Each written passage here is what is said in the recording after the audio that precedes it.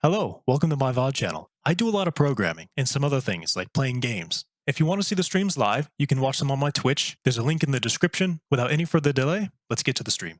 We're on. Okay. So, on the agenda today is continuing terrain generation. So, well, all these words are kind of mixed together.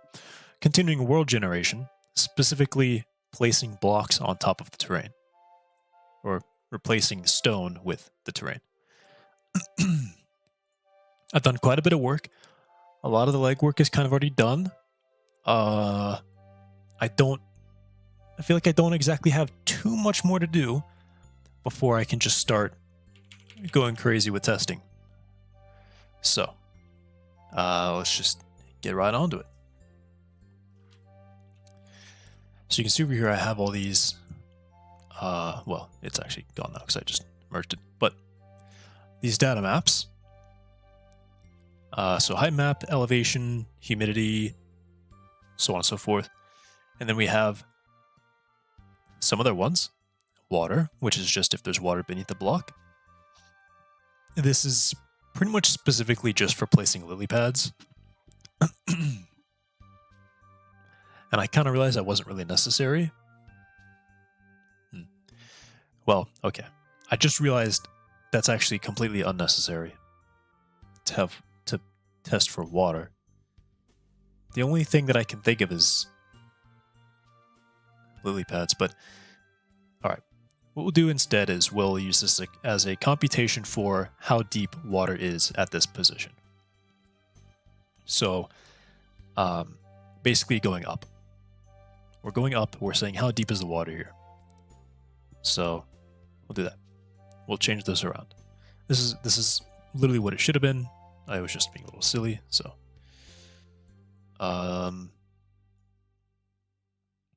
yeah.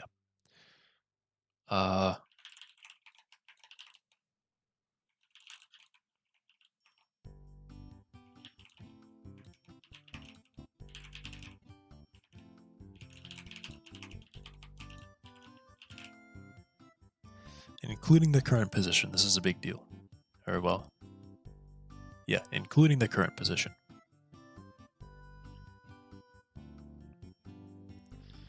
Okay.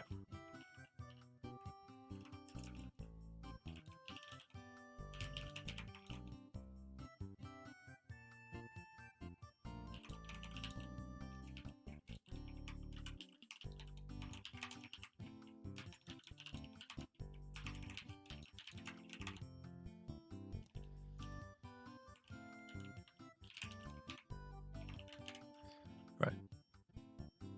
This is what this should have been. This is going to be the amount of water directly above. Then we'll have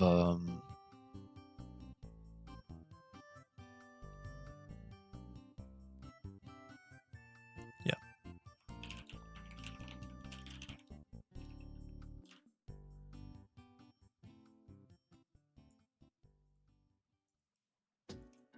Yeah.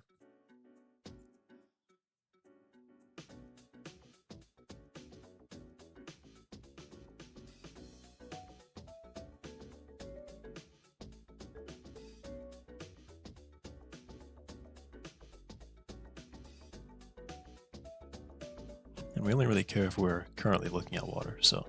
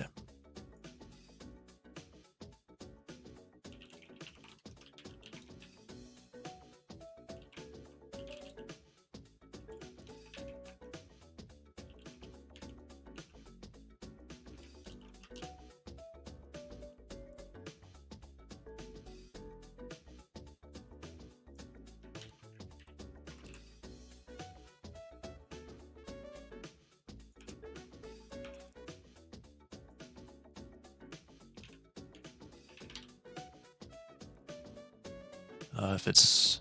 You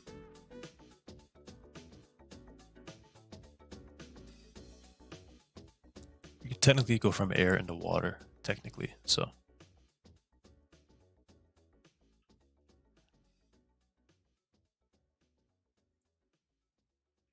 Well, I'll do this. If it's not... this is weird, because I only want to count this one time. Okay, we'll do booleans.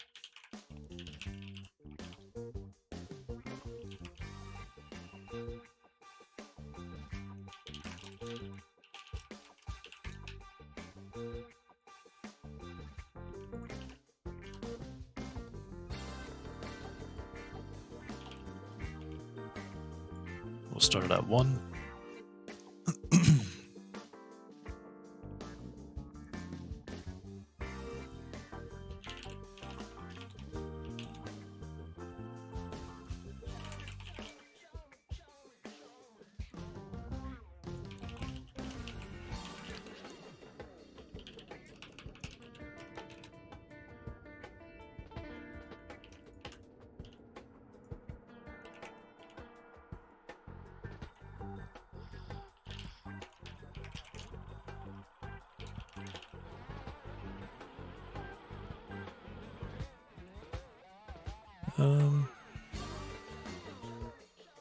Yeah.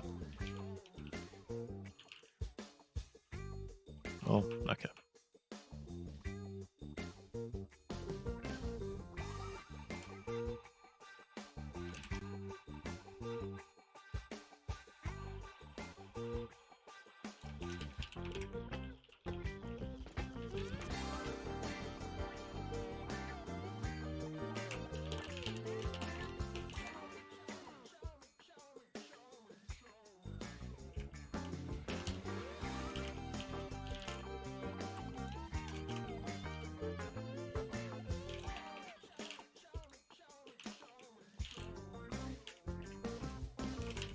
And we can break early.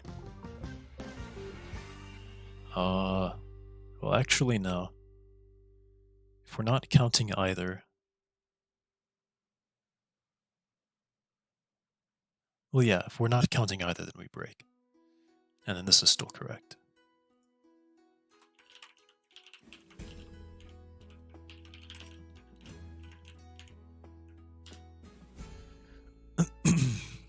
Let's do a quick visual verification.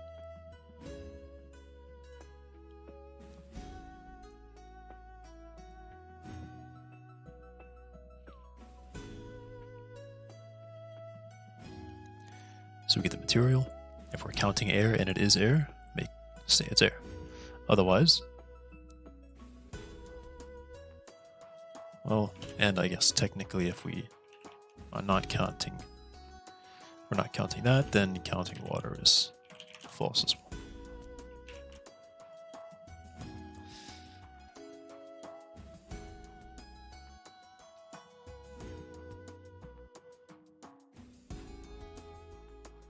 So we can only be counting one or the other at a time.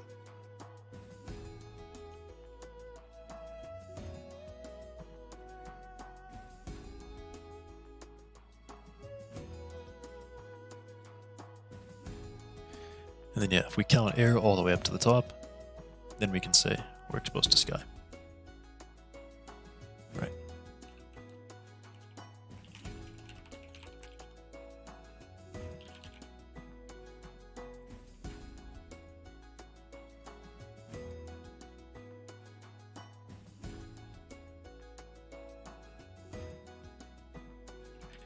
And I guess logically this would be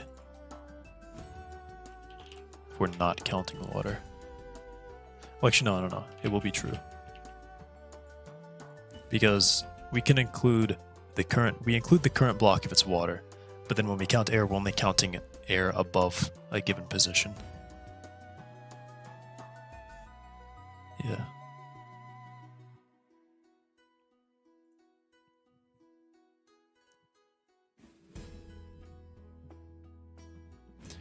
And this also has the nice effect that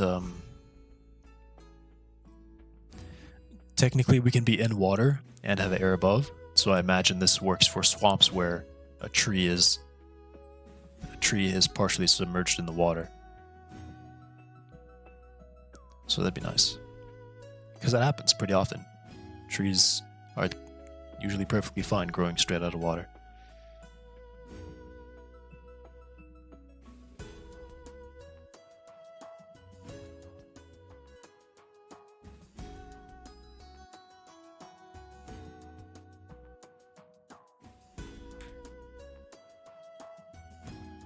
Yes.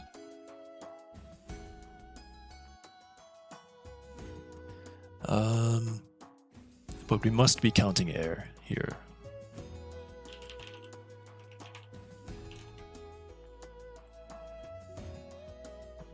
Is always true and reached. Yeah, okay. If we were counting air all the way up.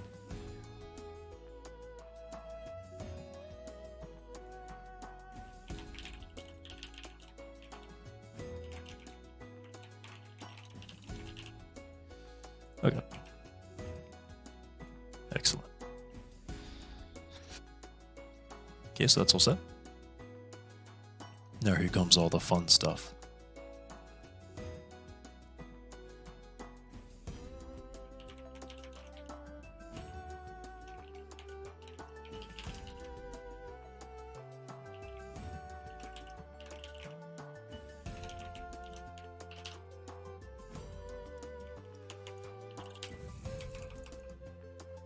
Is it calculate, compute, generate?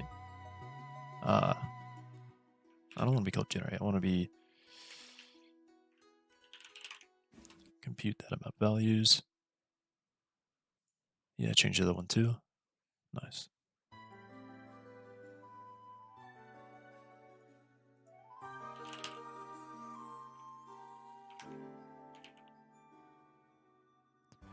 And we're starting with the X and Z. So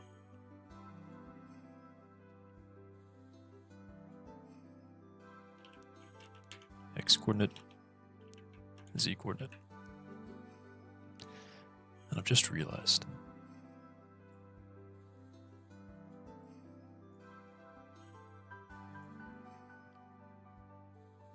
Wait, what?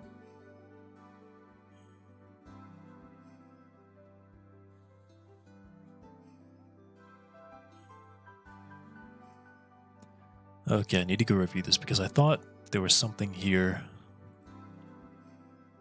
I thought there was something here. I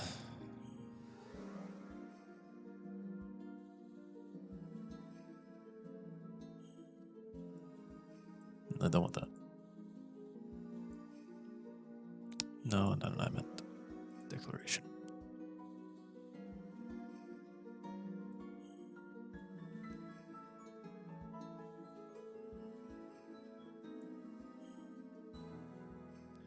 Set block, Y location, set region.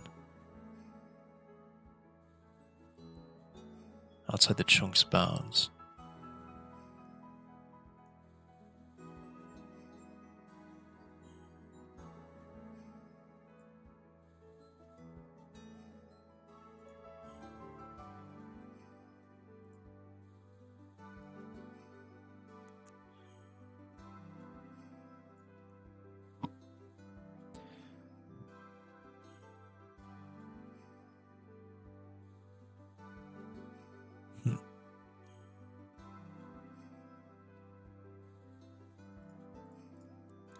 Then what about set region?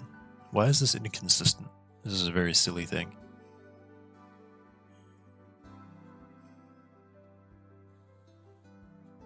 X-min is less than 15.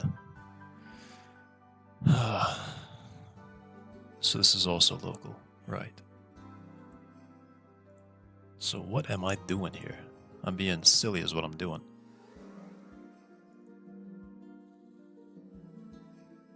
So I'm actually doing the X position.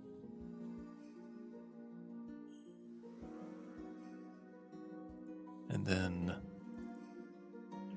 Z position.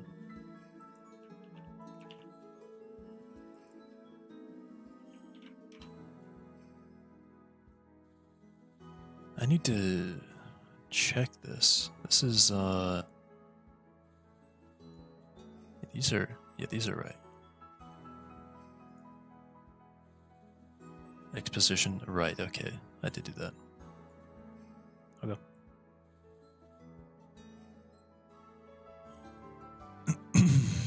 So I nearly made a mistake. Luckily I found it. And the headache has been avoided.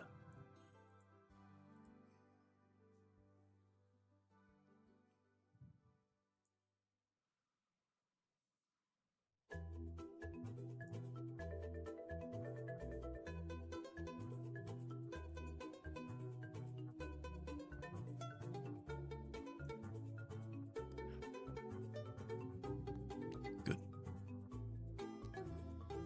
Okay. Compute that amount of values for the X and Z.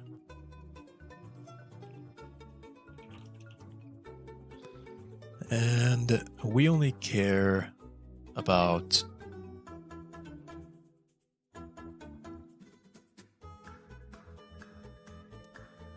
I would say we only care about air, but we kind of don't. So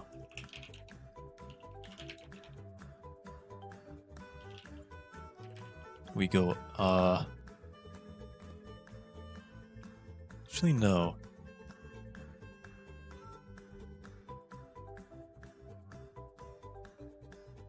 Huh. I've just realized something here.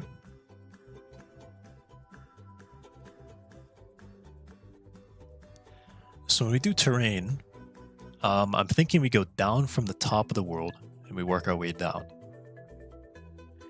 But if we're going from the top down, we're already going to be able to count the air and the water above us. So that means something like this has kind of been rendered redundant. So yeah, but when we generate, we're going top down. That is simply how it is. We generate, we're going top down. So I can compute that as I can just compute that manually. Those ones though, those ones will stay as is. So we'll set some booleans here. We'll have a boolean exposed to sky equals true. That starts true.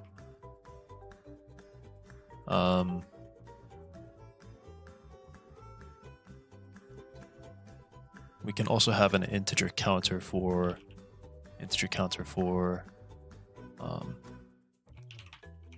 water depth. Start that at 0, and an integer counter for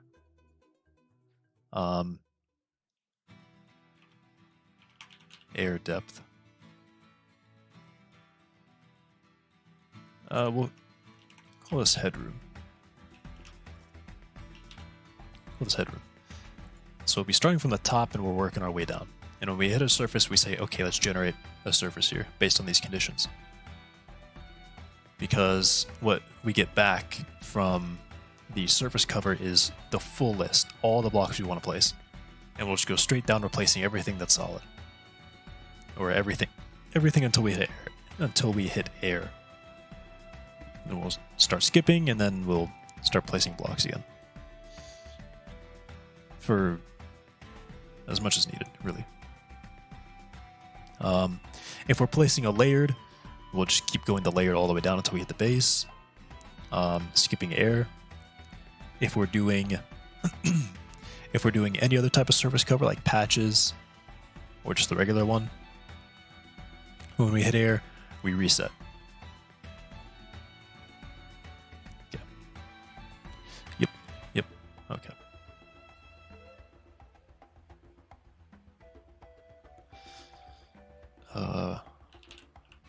Chunk max. -1, of course. Pause. As long as y position is greater than the min.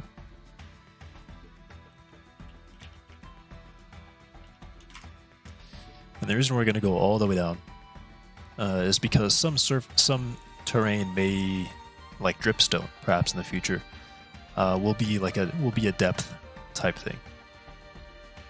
We'll have to be underground, not exposed to sky, and then we can generate with some air above, and we know, okay, we must be in a cave. We can put some dripstone here on the ground. Let me review where.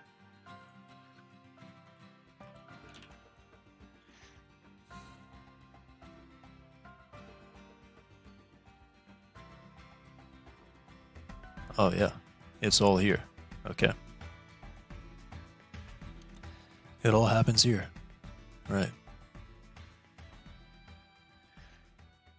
So this isn't just for. Well, this is the full decoration. So this is structures, this is terrain, this is trees, everything. Everything that's from ores, everything.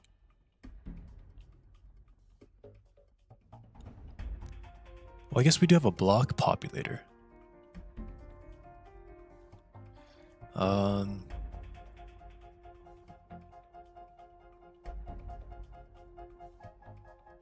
Actually, yeah, that would be, well, structures would be in block populators. Yeah, populator. That would be structures. Okay. So this is going to end up being everything. This is going to include ores. Well, maybe I should have an ore populator, actually. Well, actually, maybe not, because I'm scanning it, and I'll know if I'm in stone, so yeah. We'll figure it out later. So starting here, we're getting our current material.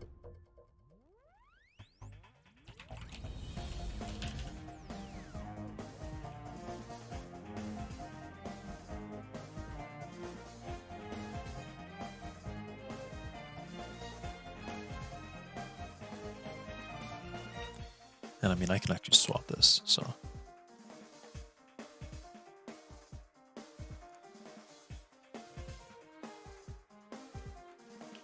Could move this out.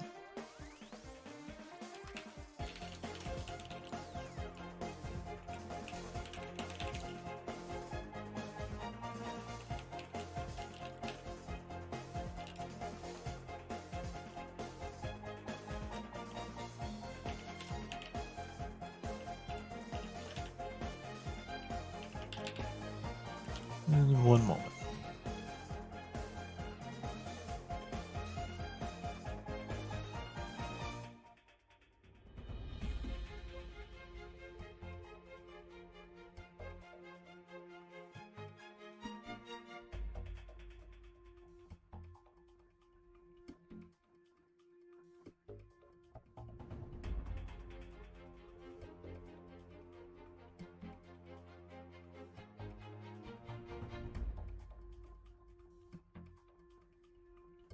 All right. Let's keep going.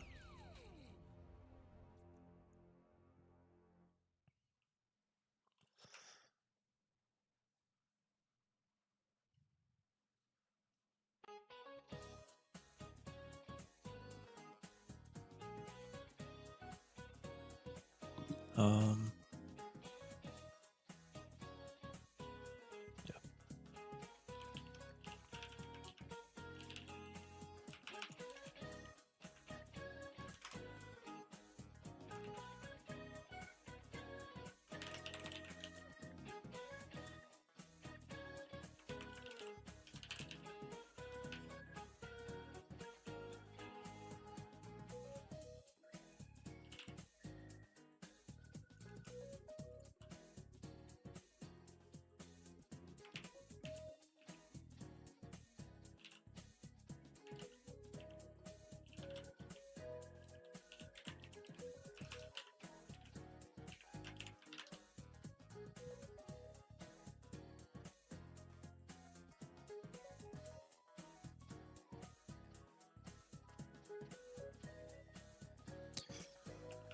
Right.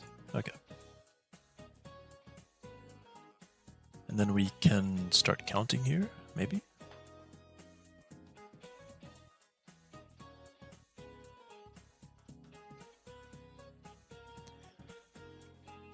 So current block, the block that's underneath, which is used for some things.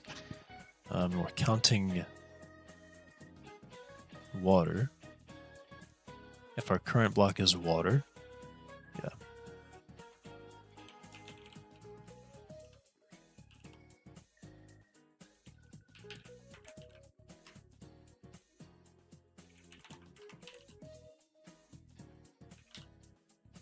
We'll increment it. Otherwise, we can reset it.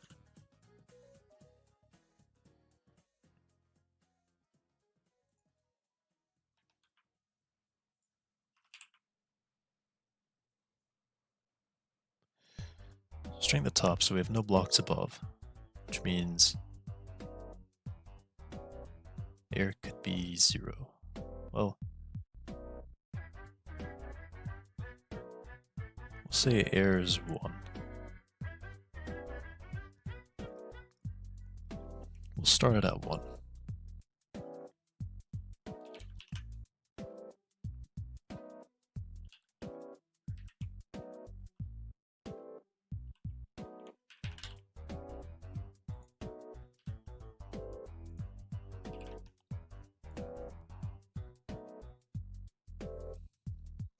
This is air blocks directly above our current block.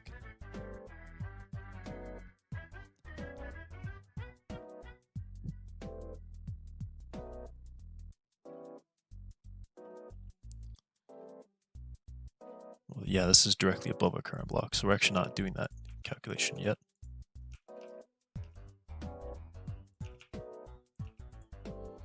We're only checking for water at the moment. Headroom will stay as it is until the very end, and then at the very end we'll say if our current block is air, then headroom will increase by 1. And we actually will set this to be 0. But on the first iteration it should be 1. No, because whatever. Technically there's no air blocks above if you're at the very top of the world. Alright.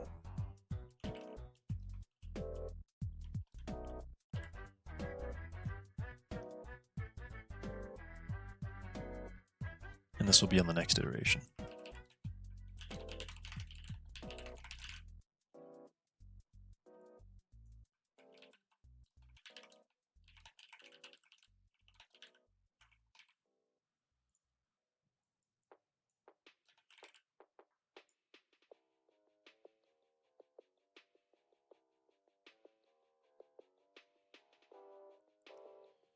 Oh yeah. This should always be computed here.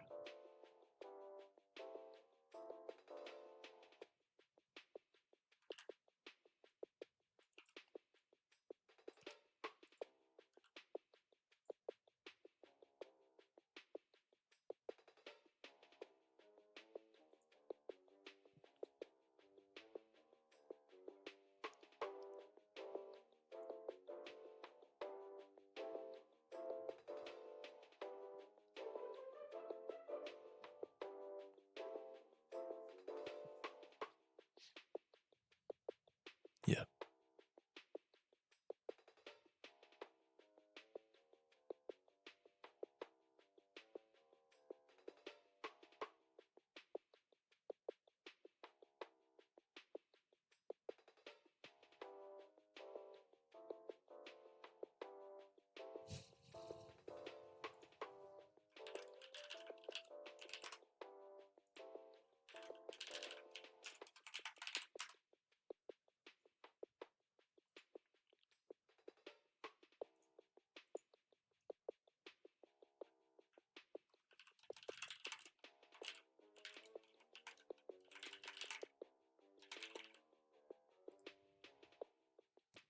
Water depth exposed to sky will stay true.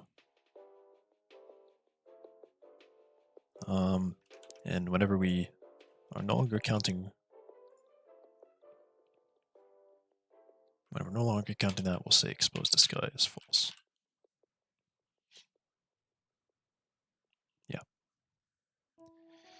exposed to sky immediately goes false as soon as we stop hitting air, as soon as we're not looking at air. But it does start as true, because the first block is technically exposed to sky. Yeah.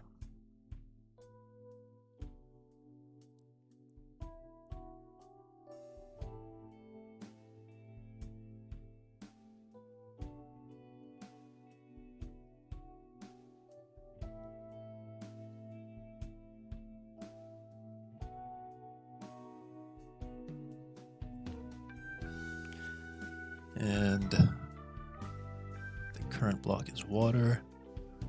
Water depth increases, so if the first block is water, that'll be 1. Block beneath is still something.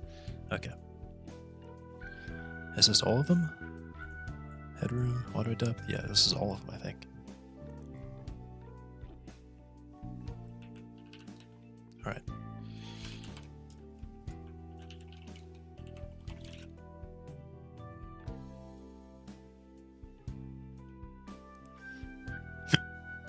And actually, I think I'll use a block populator for, yeah, definitely that needs to happen. Oh, yeah. Well, or doesn't need to happen, or can happen here. But trees, stuff that will undoubtedly expand outside of the current chunk, that has to be a block populator, because that's when we get a chunk that we're supposed to do, but then we have one border chunk around everything. That's the same way Minecraft does it too.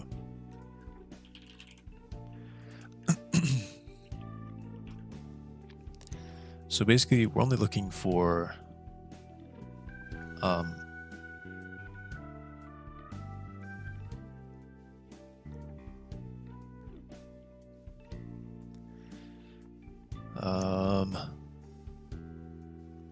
we can place terrain at the very top. So now we're trying to figure out how to place terrain, because I only want to place terrain when we go from air into stone. When we go from air to stone, that's when we do it. So I suppose what I could do is I could say, if we're looking at stone, we'll start placing stuff. Provided we have some headroom or something.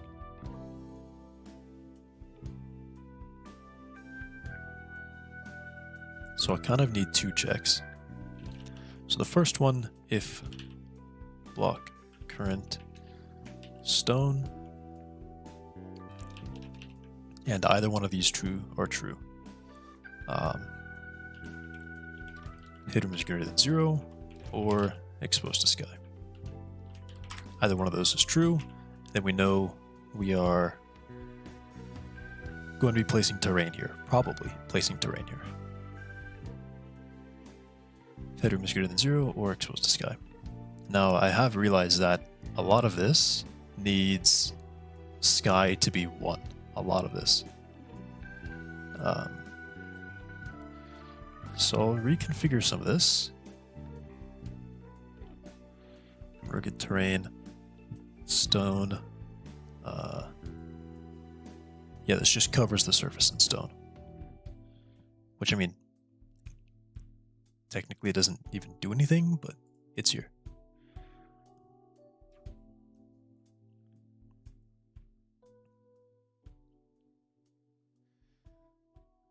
So I suppose I can just leave it like that, actually. Since we're placing stone, we don't need to worry about anything happening there. Conditions. Now this needs to have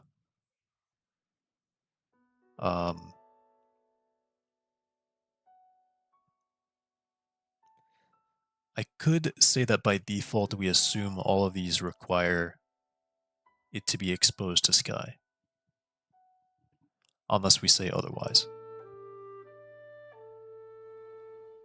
So then we could have like cave terrain. Like that.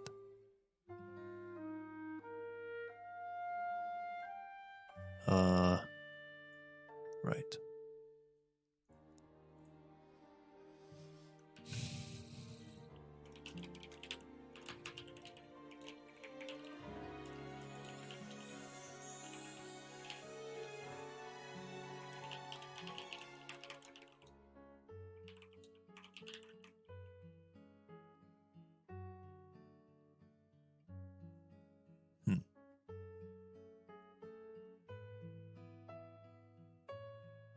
I could also check if the block above is cave air. And if it is cave air, we can assume that we're in a cave and we shouldn't be placing certain things.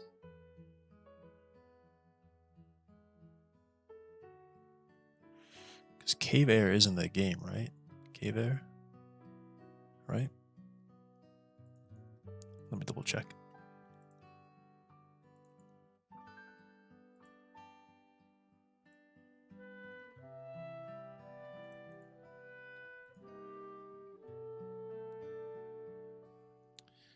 Let me verify. Let me verify this.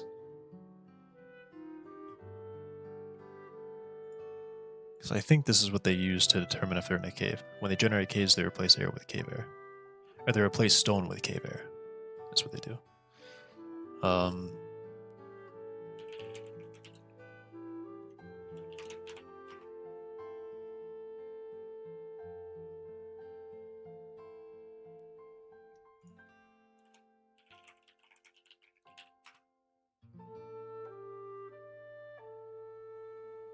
Oh, come on. Okay. Minecraft Wiki, cave air. Air. Cave air, Java Edition is underground air found in caves.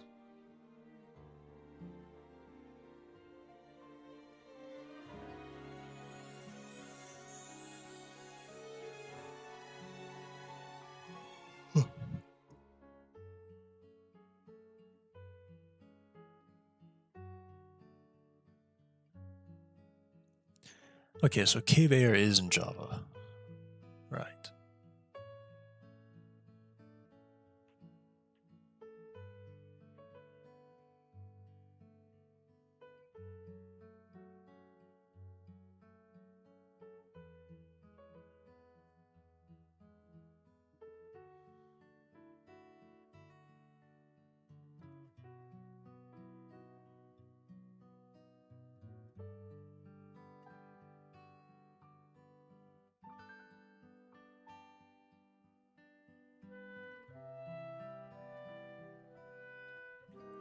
Okay. Right, yeah. Cave air. Okay, good. Good to know. Good to know. Just had to confirm that. So, only when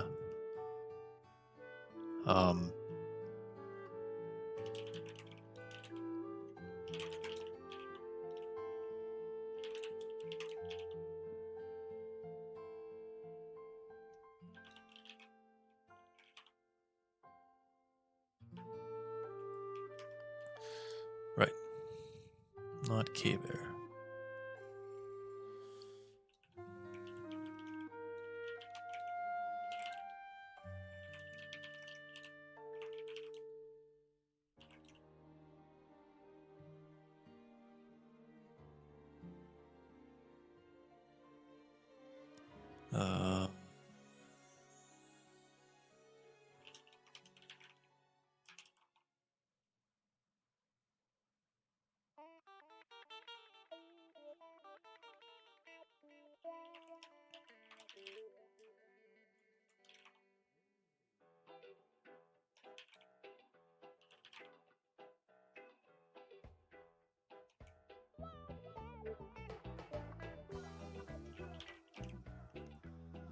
Yeah, okay.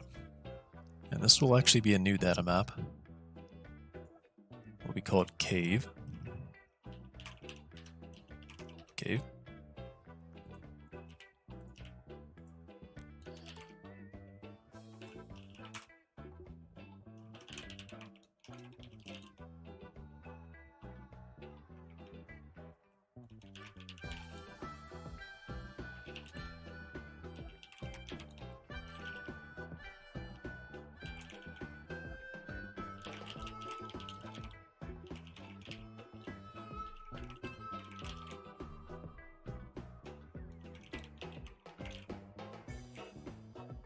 Okay.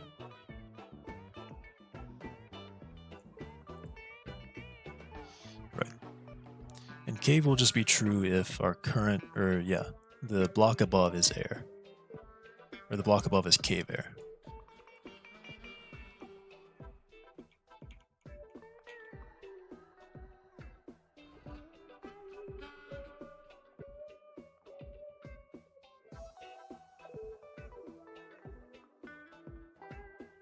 Yeah, we'll do this. Material is stone.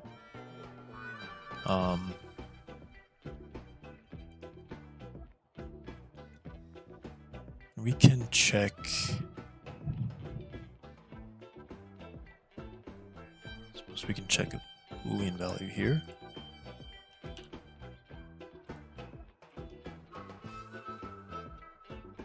I'm gonna do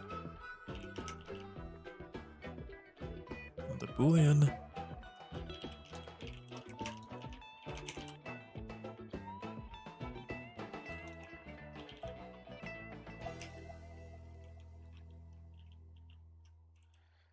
Cave air.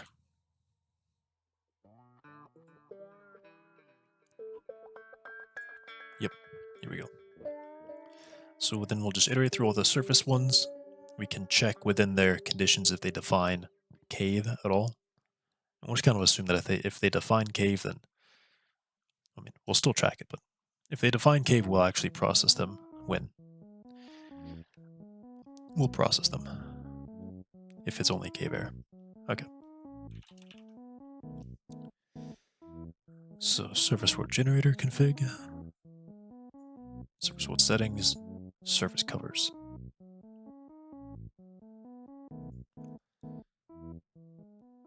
Yeah, surface covers.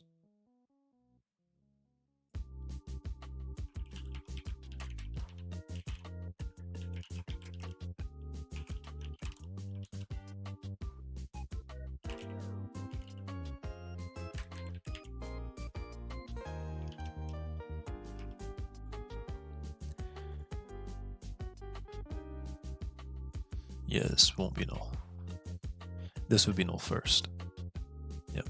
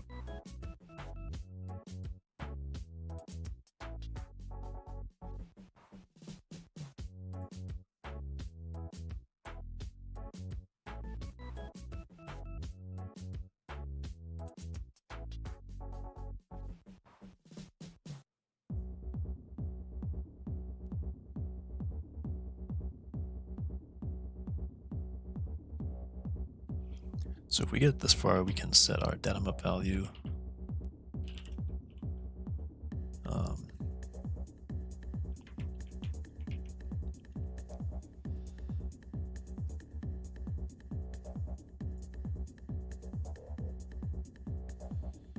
So register picks a random spot to scroll to every time. Okay. So place water or depth was already calculated. Well, actually, technically not. Depth would actually be wrong here. Haha. I noticed. It would technically be wrong here. Yeah.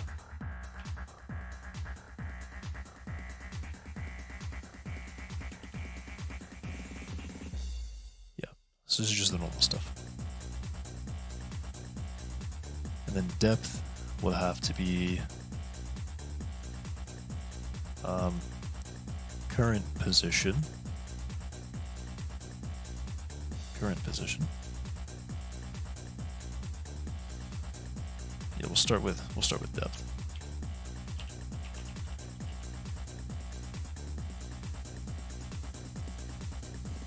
Do I have sea level? Sphere.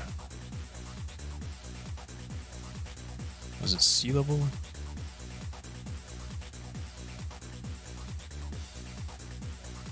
Yeah. Sea level minus the Y position.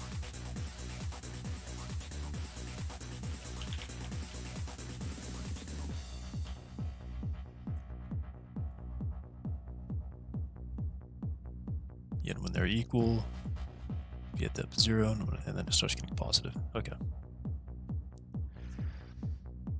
Water will be float of water depth. Air of headroom.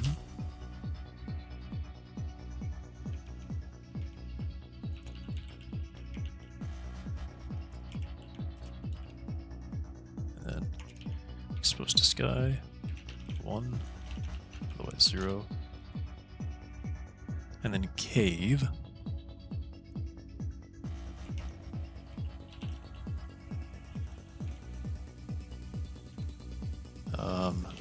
In cave, otherwise 0.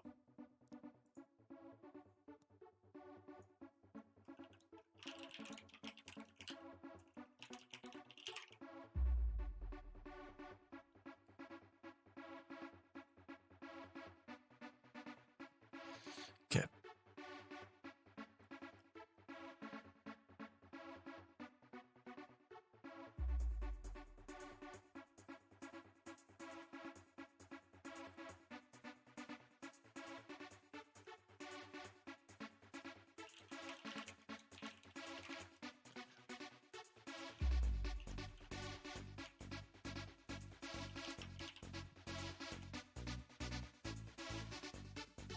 Conditions dot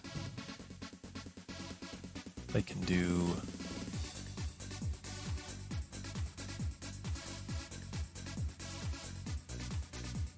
graphs contains key cave. Why could that be null? Why could this be null?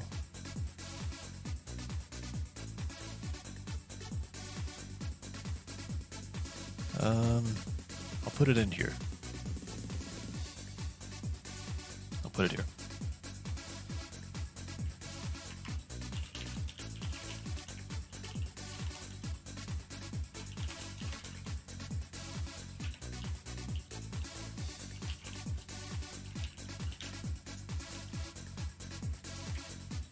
Or contains key.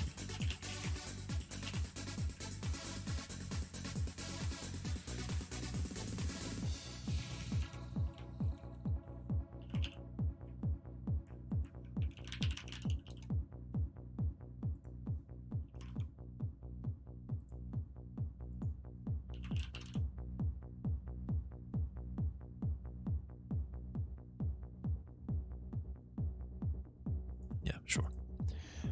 Graph is not equal to null, and graphs contains key. There we go.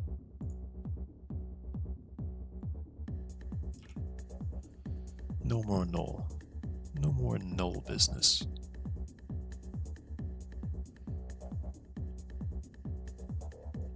And not, we can just simply do a continue. We won't process it. Otherwise, now we may process it.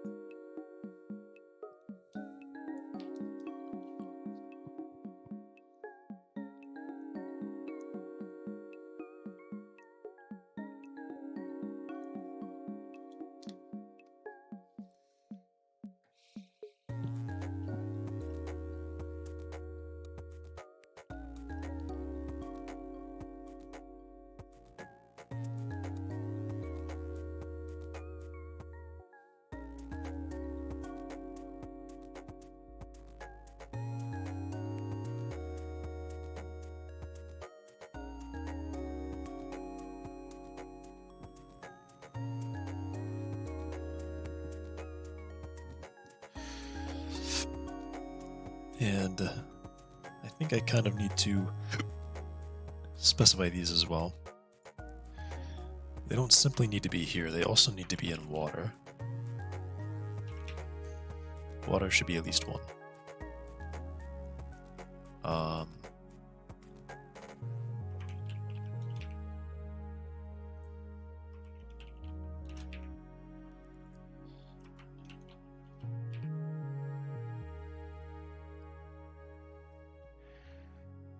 Water should be at least one and with some depth.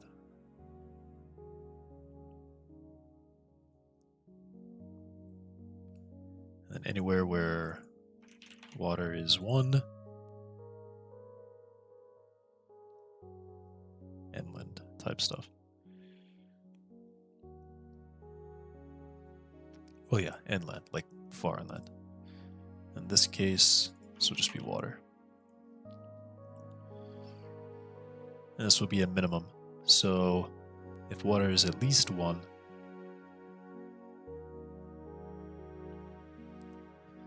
then we process that, right?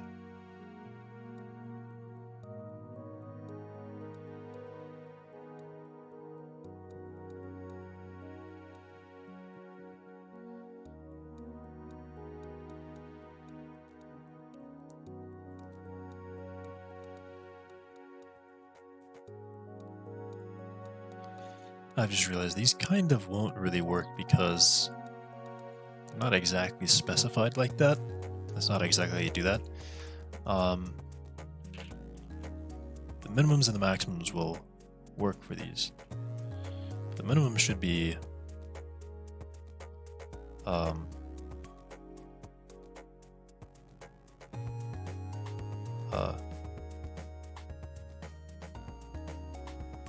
50. And the max, we'll just put the max at a maximum depth of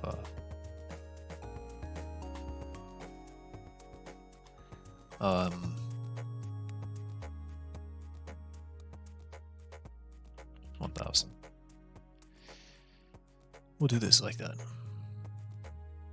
This one's going to be 35. This one's going to be 15.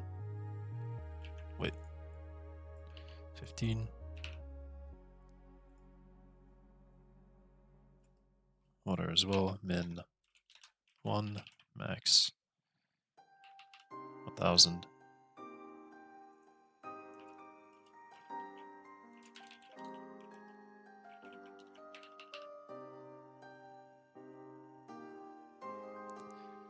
I mean, I guess I could set them up where I just put an integer max at the other side. So I think that's actually what I'll do.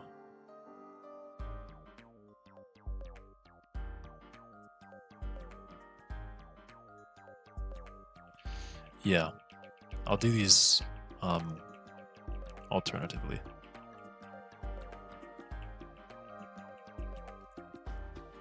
I'll do this a different way because these should work specifying them that way. I just need to change how they get loaded.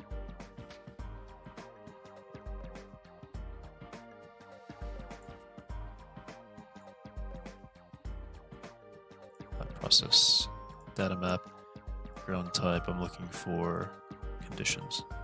Here we go.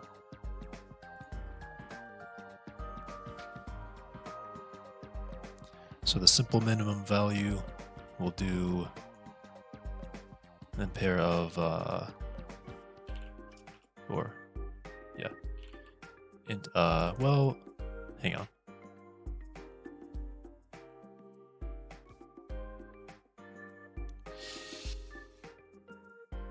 I'll have a built-in max.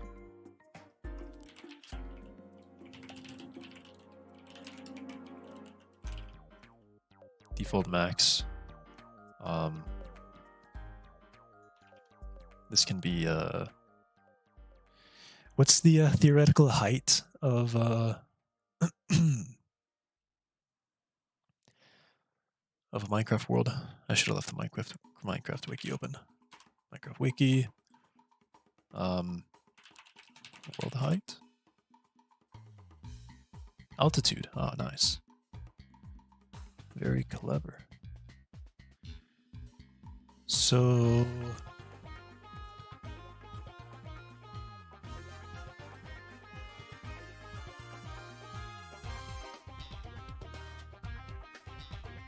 the game crashes beyond 2 billion blocks in the sky.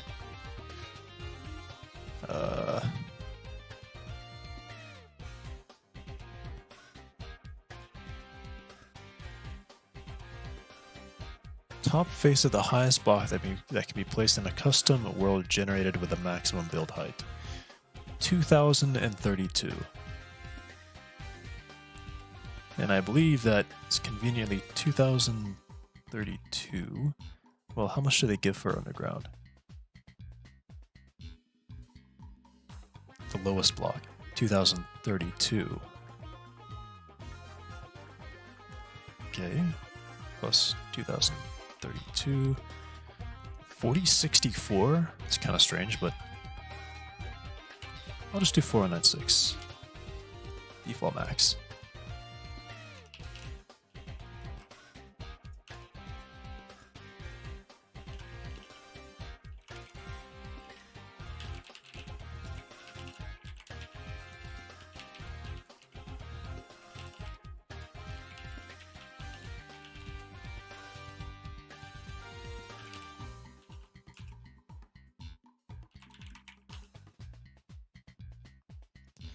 Okay.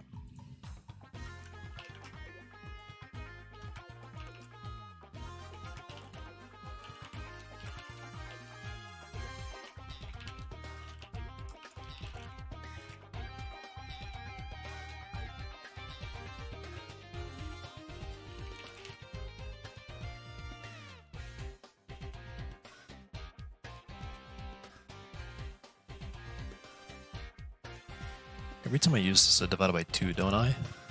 Yeah. And then when it's used here, it's divided by 2, so yeah, okay. I could probably preemptively divide this by 2. And I'll rename it to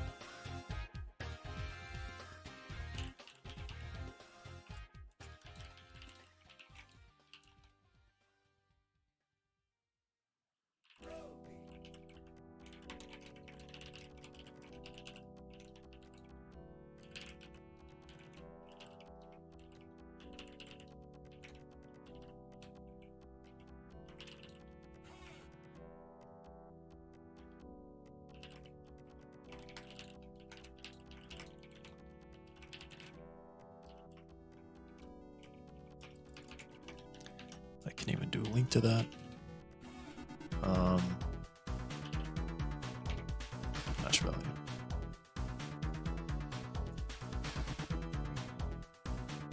Why are you mad about that? Oh, because I wasn't supposed to do it that way. Okay.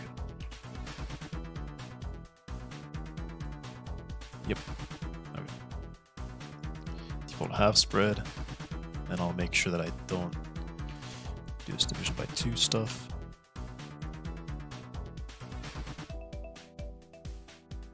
What is that? Oh. Default max.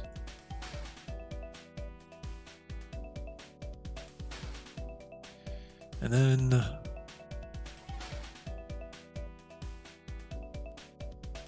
default min, I suppose I can set to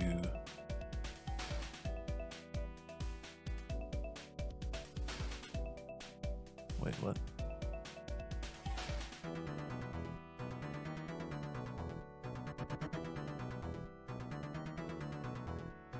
Okay, weird.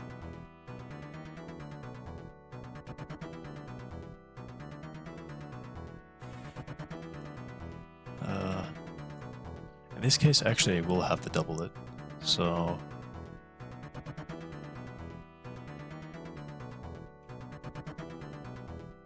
Well, I can divide it by 2 here.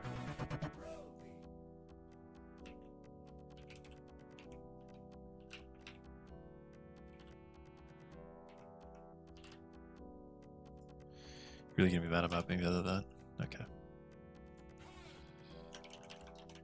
I'll cast it to a float because it's being stupid. Like, oh, you're using a magic number dividing that thing by 2. Well, okay. I could just do this.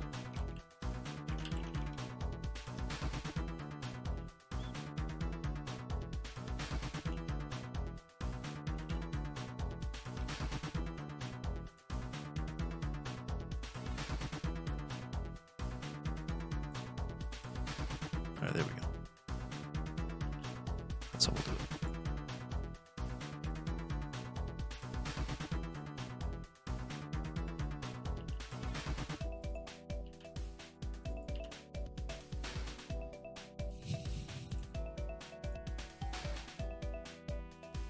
We can compute it. We will preemptively divide it by 2.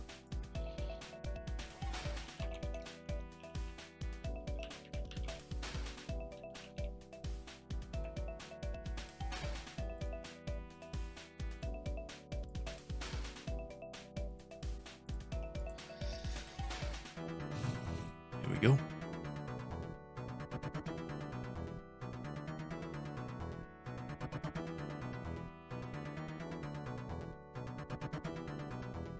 And these no longer need division by 2.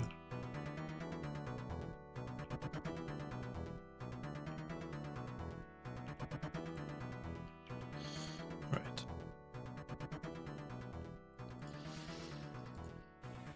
I just realized I wasn't looking at anything for a little while there. Oops.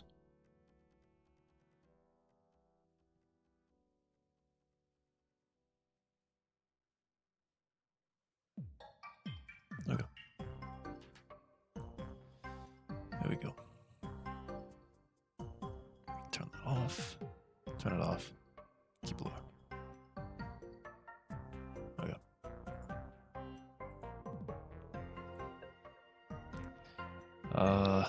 So that's loading correctly. Minimum value, I actually want that to be different. Default max, and we'll have a default min as well.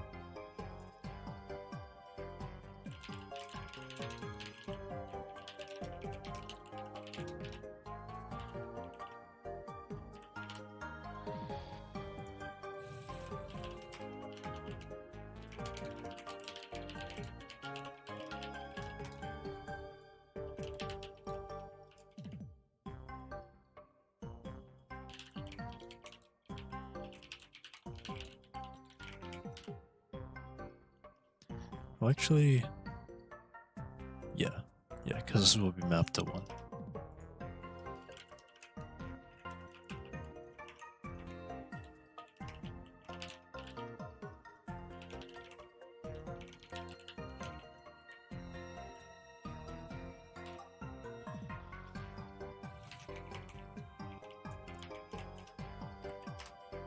There we go.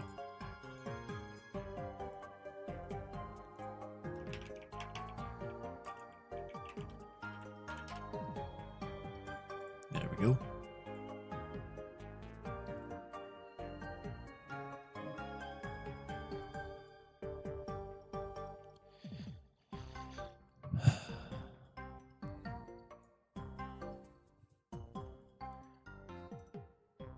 Right.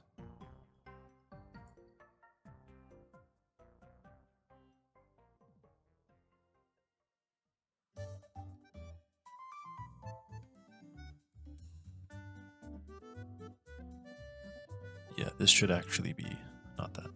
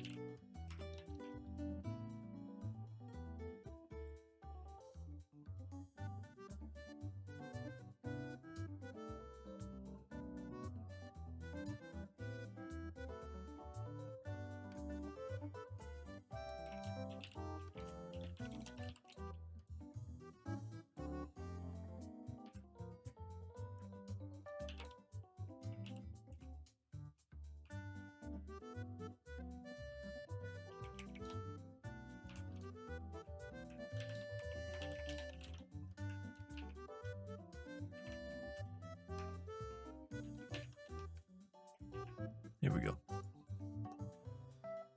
Default min. And then this one.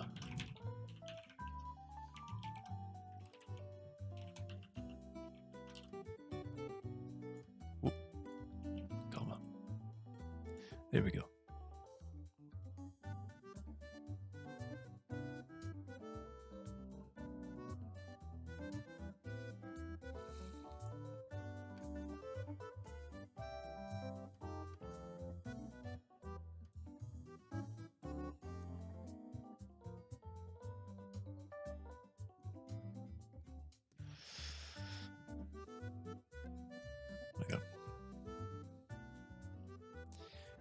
Eyelashes always want to get in my eyes when I'm wearing the sunglasses, man. Always. Seems like it.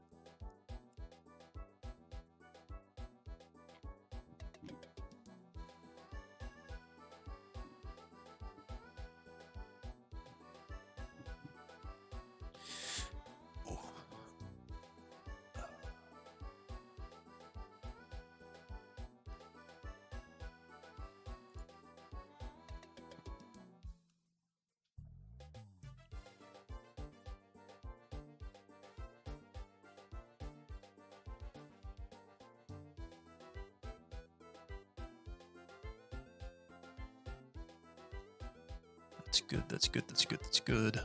That's all good. So we specify if min value is null, default min. If minimum value is not null, we'll add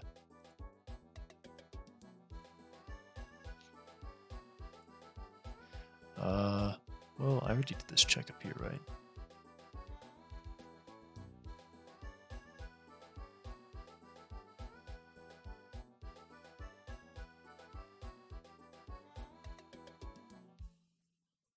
I'll need to do this check again, actually.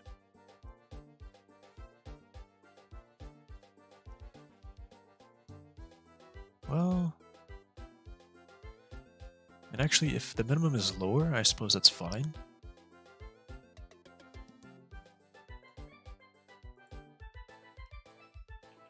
I'll just do a check here.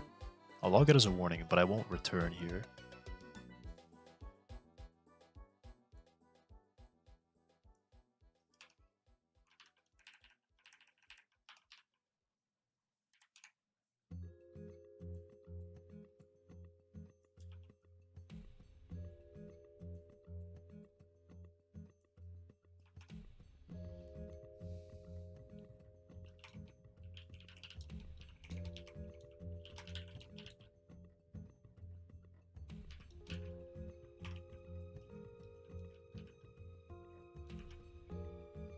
Wait, only if it's less.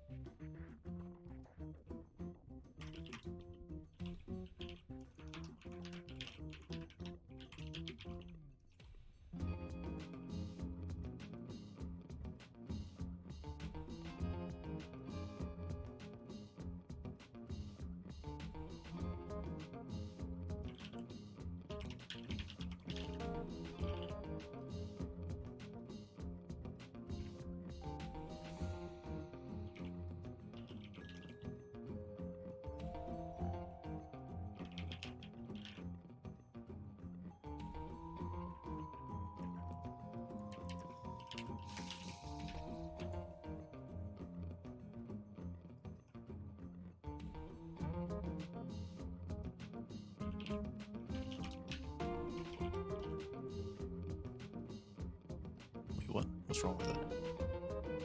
Required double provided float. Okay, we'll just cast it to double then. Otherwise, we will apply default min of 0. Actually, is that really necessary here? I think it's not actually necessary here, so. Yeah, it's not actually necessary here.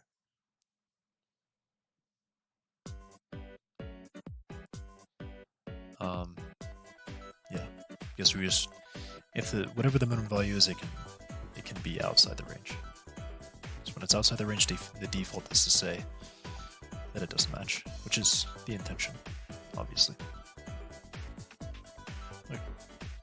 But here in this case, if we only specify a max value and no minimum value, then we assume the minimum value is always 1. Just always 1 up until a certain point. Okay. A little bit of shifting stuff around there, but this should now make these work. The default now is to apply a minimum and then all the way up to a maximum.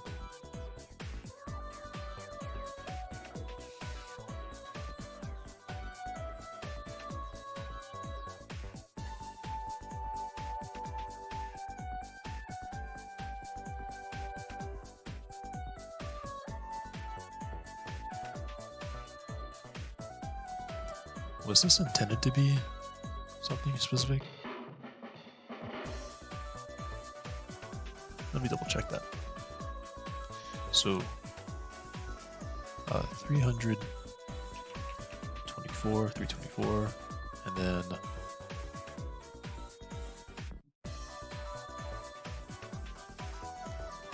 I take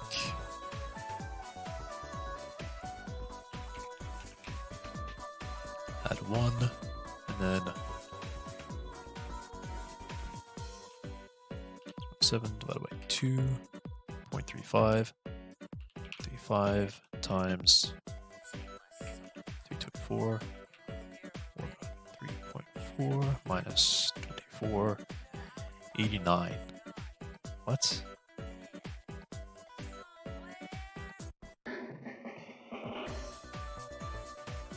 I mean, yeah, I guess that's right. So this will become a minimum. So when it goes over, when it crosses this value, which, I mean, if it's, yeah, it's like 90. At 90, we start placing this instead of this.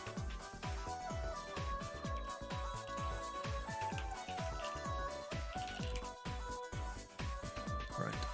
Okay. Well, we'll be specific. 89.4 blocks. Okay.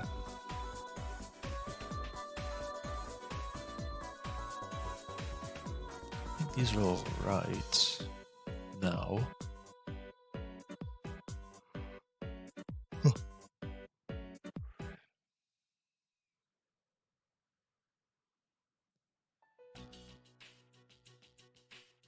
Right. Okay. That was just temporary for myself. Okay.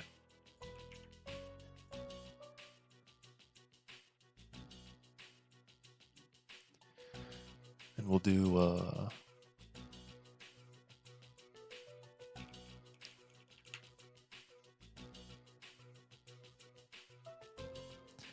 I feel like I kind of want to put this in my own function here. Or split into another function because this is getting pretty ridiculous. It's getting a little ridiculous. The amount of indentation that I have.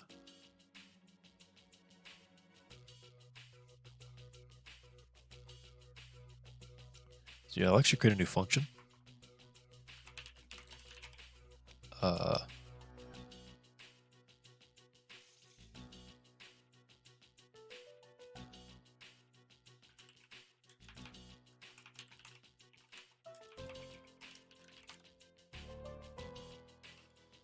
And we'll take in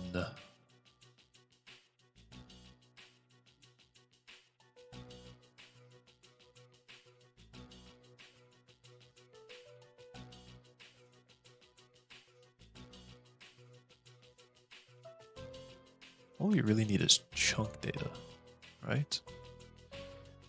So we'll also take the data map.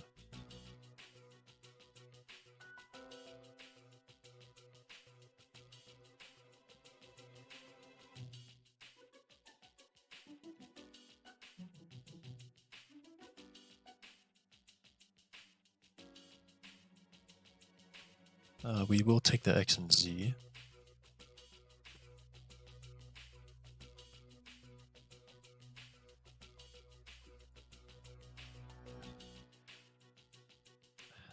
It just gets tabbed in so far. And I want to put a function in here that will iterate through this for me. But it's kind of a problem because these are also here.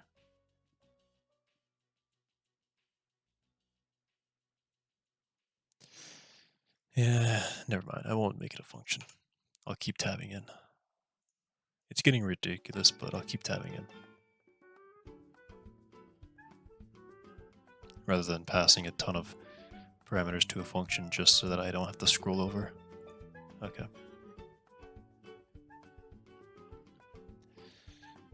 Okay.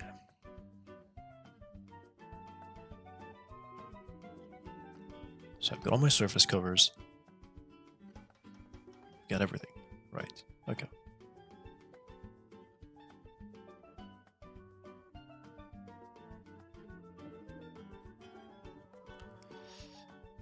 Right. So basically what we'll just do is we'll say if surface cover matches, I think. We just check if we match. Matches conditions, values, form is layered, all that. Yeah.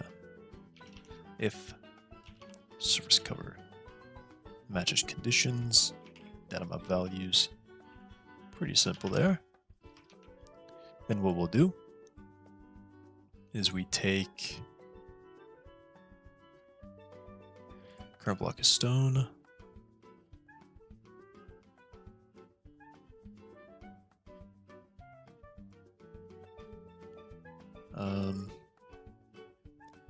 And I can have one here. I can have a list of material. And says,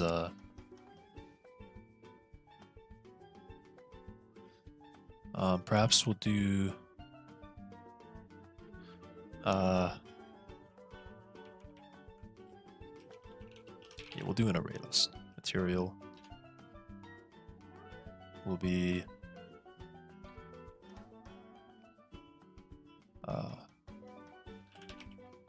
blocks to place.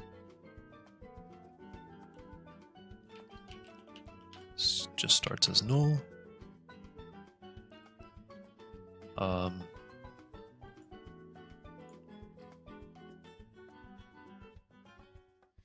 If I already picked one, I don't really care what the conditions are. We're just going straight through stone as much as we can.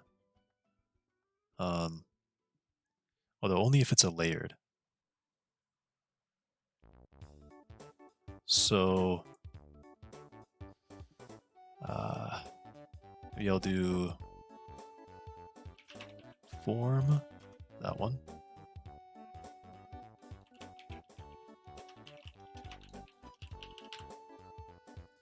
Also starting as null.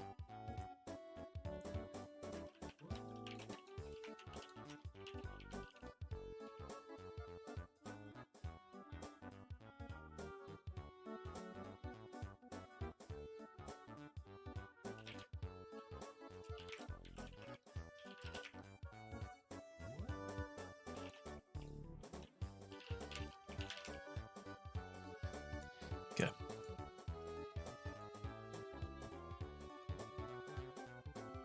And then we'll do something here.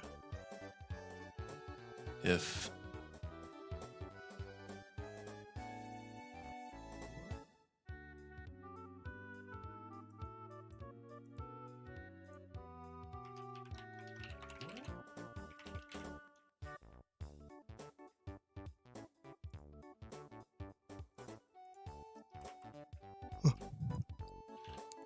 blocks to place.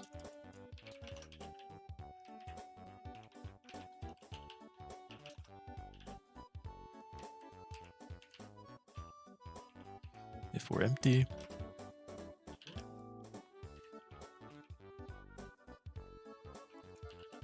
I'll just go clear on to be safe. Blocks to place, null. Surface cover form, null. Yeah, those will reset.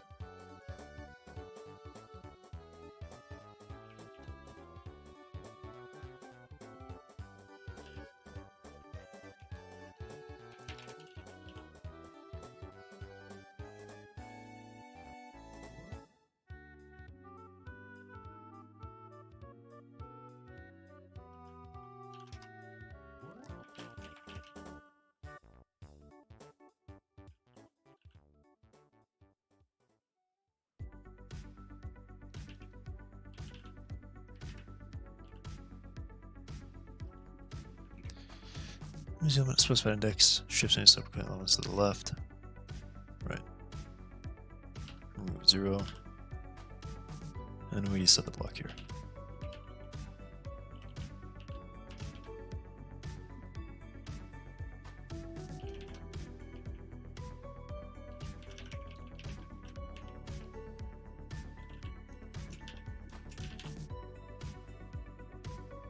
And I can even do it in here.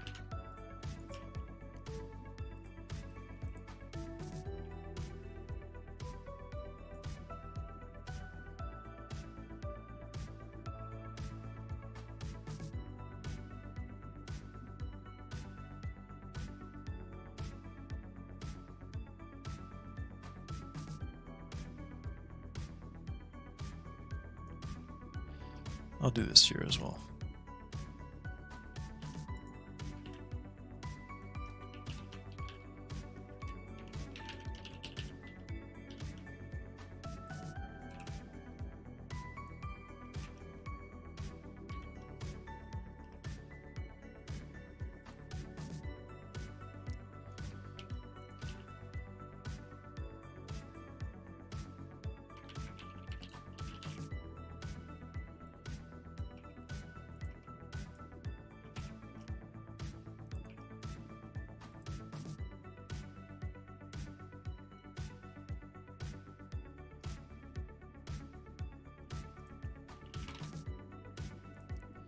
And I will actually use one of these.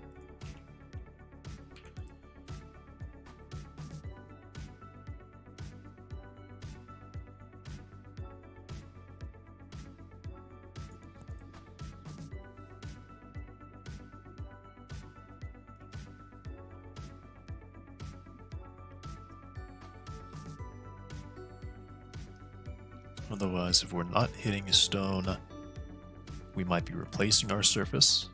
So else we will set, well,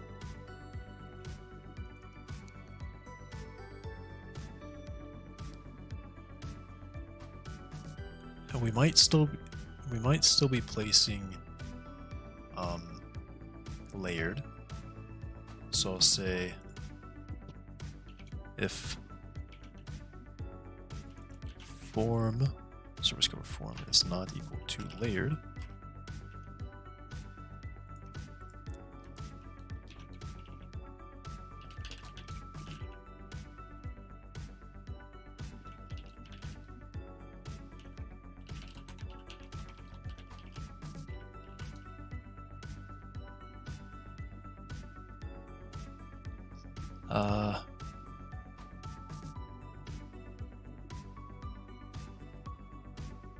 I'm thinking about this because we could put a cave, possibly put a cave into like a giant thing with a layered around it, but then it would have dripstone on the inside.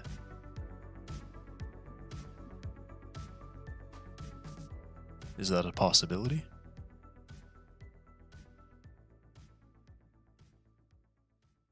Maybe.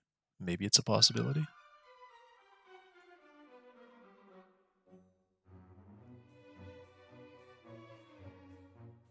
We may want to do that. Those would be...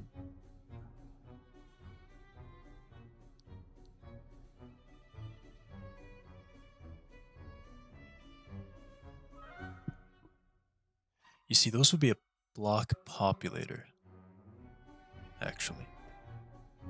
So... I think not. I think not. Yeah, if we're placing layered, we'll keep going through. If we run out of stone, otherwise, we... then we cut it.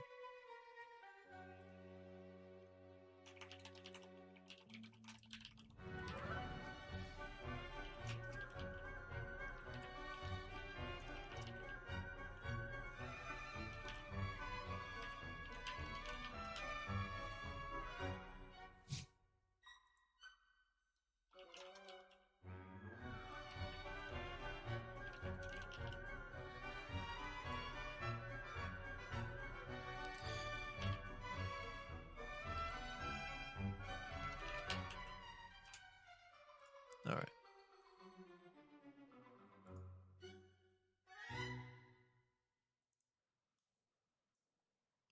There we are.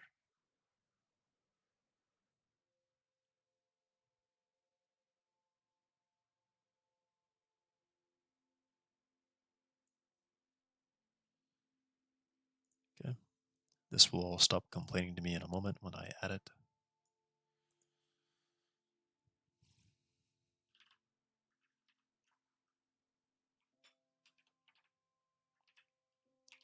Surface cover dots.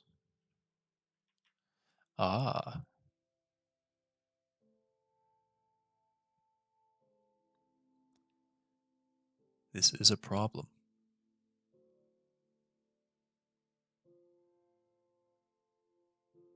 This is a problem.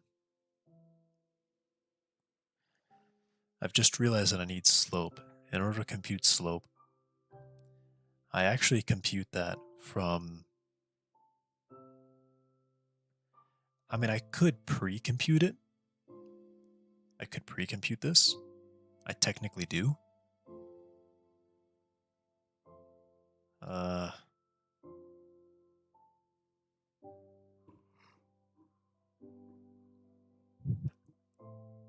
mean, yeah, I technically do. But now I'm thinking, future I might place some structures or something.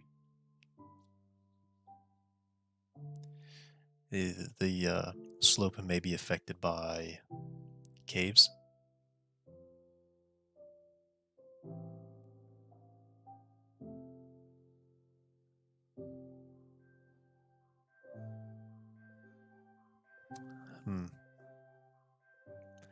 This is an issue because in order to calculate slope, what I was planning on doing was counting the height of the surrounding.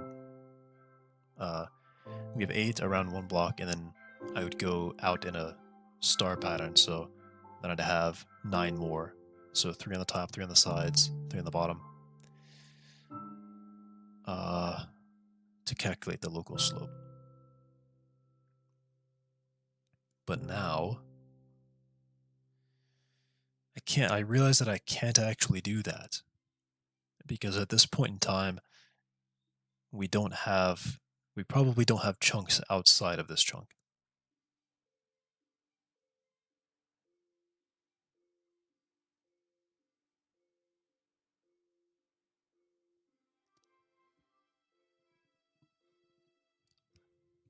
Which is an issue.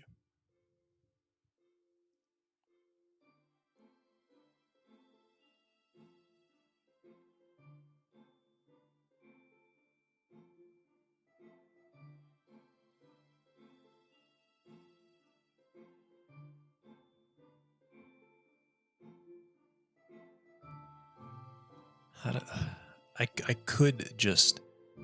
I don't want to. I don't want to do that way.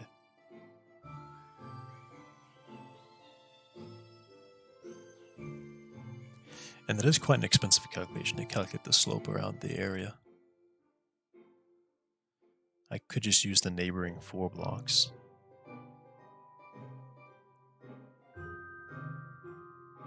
That would probably be better. And I can use the height map. I could use the height map values in the area as well to calculate slope for a given location.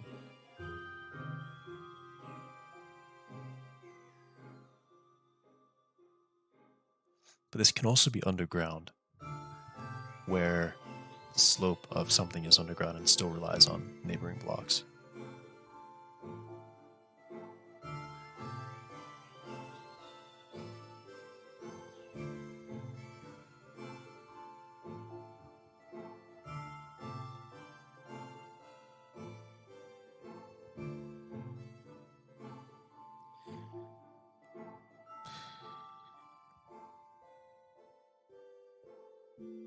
That's tough.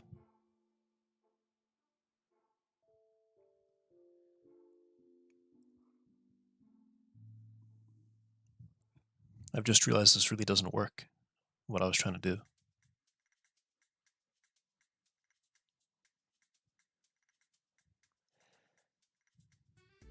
I could...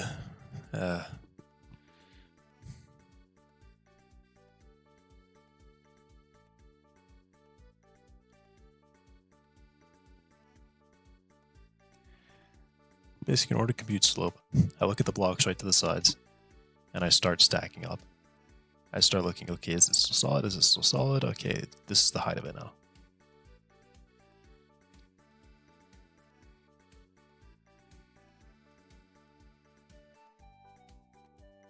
This is actually quite an expensive calculation to make. I'm realizing that now.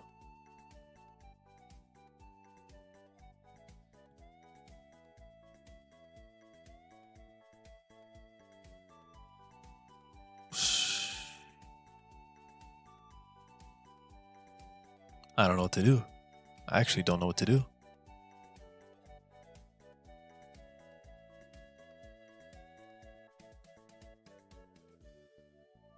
Because I don't want to get rid of that. I really want to keep that. I want to keep slope in there. So, wow, this is a pretty big roadblock. Okay. So I want to keep it. I just need to figure out how to calculate this. But I don't want to just ignore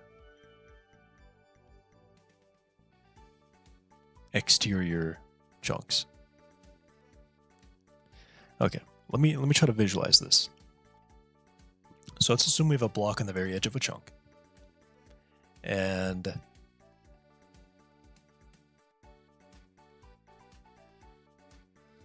realistically, when I'm thinking of slope, I'm thinking of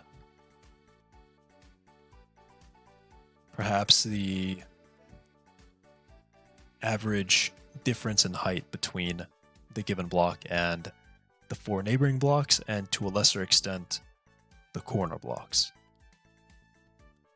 So I'm imagining something on the edge of a cliff where all the blocks next to it are flat, but then it's on the edge of a chunk, and technically on the next chunk, it's just a sheer drop. Just a sheer drop. What would look natural for something like that? Would it be natural to place the whole like a grass block, dirt and dirt? Or would it be more natural to just place a single grass block and then have it straight be stone, which is what would normally be there if that were what the terrain looked like? Like the obvious answer is that it should be more natural for it to just be the single block.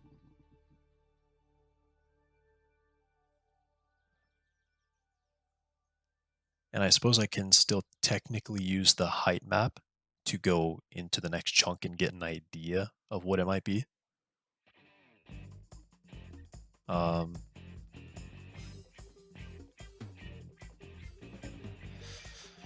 So yeah, we'll do a slope computation here, and we'll just purely use the height map. Well, we'll use chunk data, and if we don't have chunk data, we use the height map as a fallback. If we don't have height map either, we'll claim that the slope is just extreme, like a full slope, because it would just be a sharp drop off. Okay. Right. That's how we'll do this. So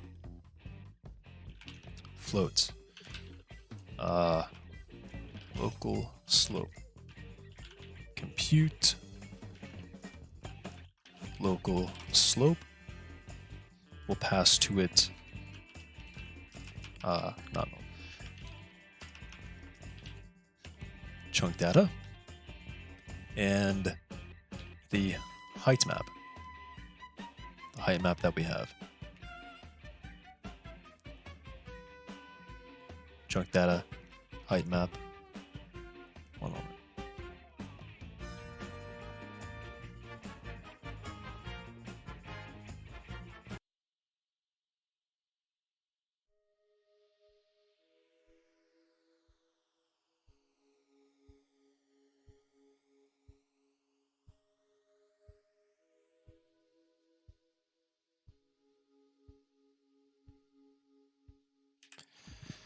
All right, I'm back. Okay. Compute local slope. We will need the x position, y position. Well, this can also be y position, z position, x coordinate, z coordinate. This will need all of those. Okay. Then we'll write that function.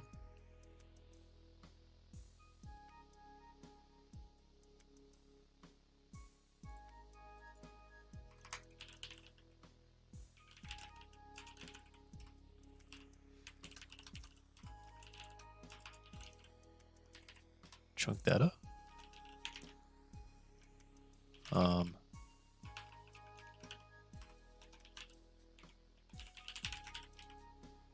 And then, well, perhaps I'll do this.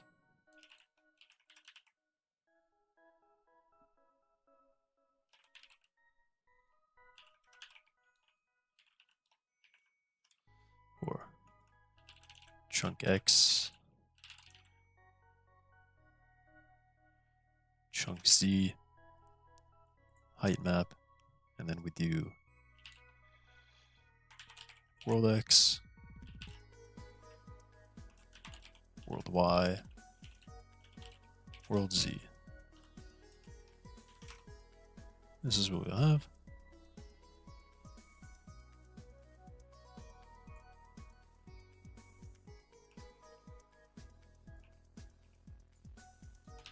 Height map, X coordinate, Y position,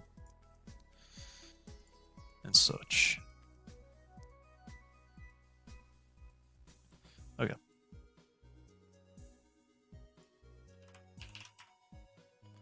A lot of values. That's insane. Okay.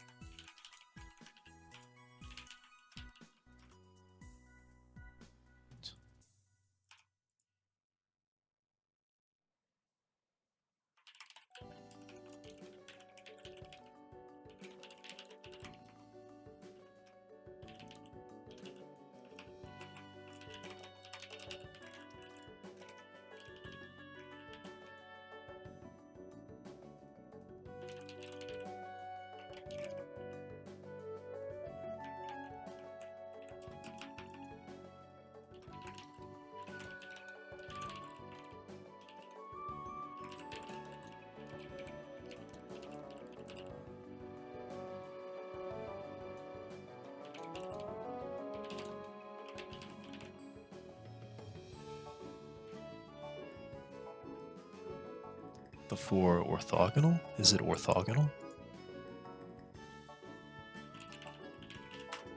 It's orthogonal? Involving right angles. Yeah. The 4 orthogonal blocks.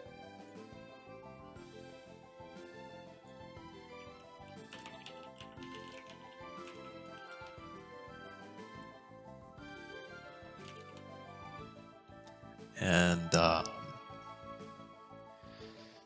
mean, what's the square root of 2 again?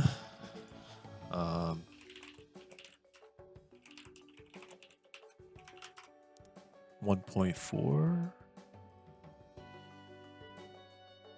So, 1 over square root of 2.7. And, good.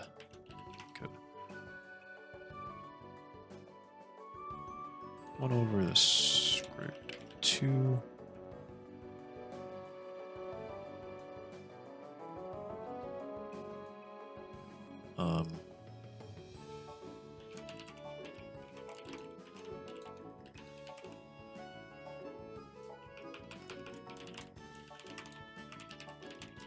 For the 4 corner neighbors.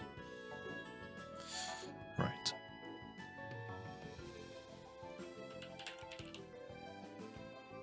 And honestly, I feel like I should just look up a slope thing, but whatever.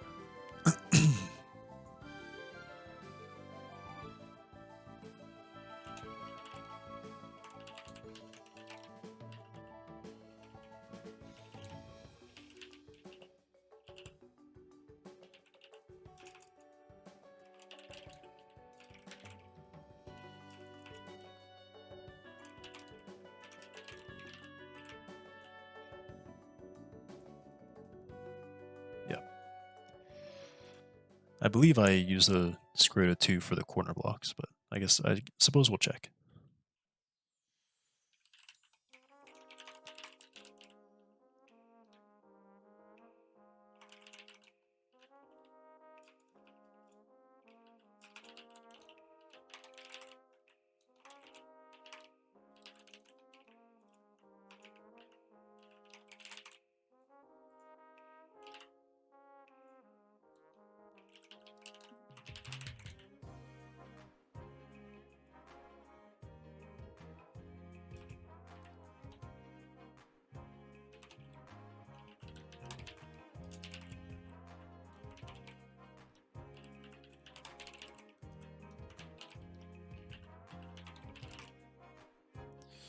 Okay. Let me just look this up.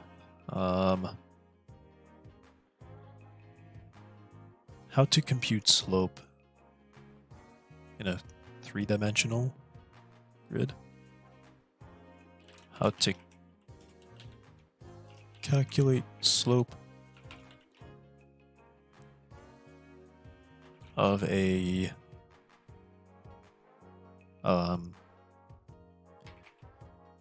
3D of a 3D terrain. Slope of line 3D. What? No, I don't want.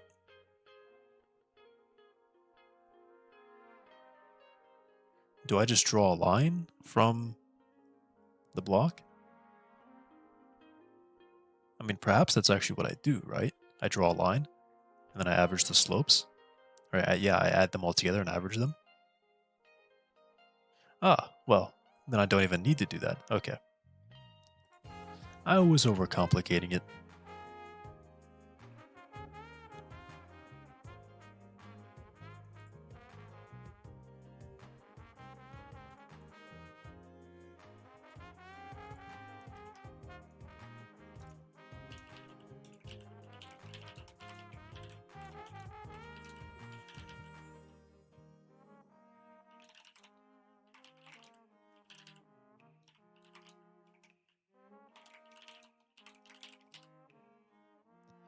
Then averaging the values. So if I have a corner, coming up on a corner like this.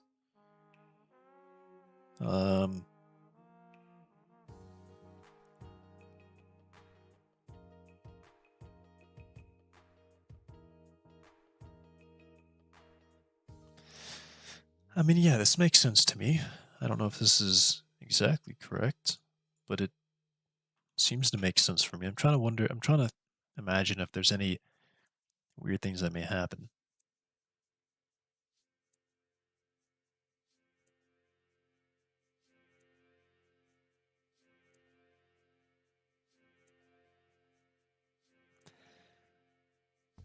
We just need to make sure that we compute this in the same direction. So we compute it in a northwest direction, I believe.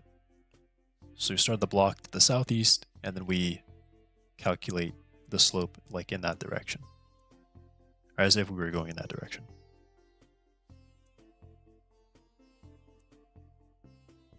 Yeah, okay. So we'll do a float for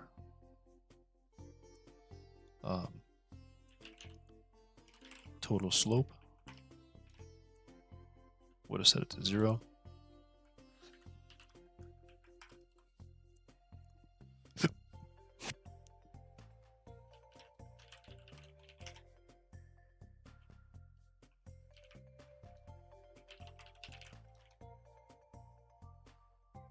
Yeah, compute it in a northwest direction. So the block to the north is placed. Yeah, I mean just visualizing it.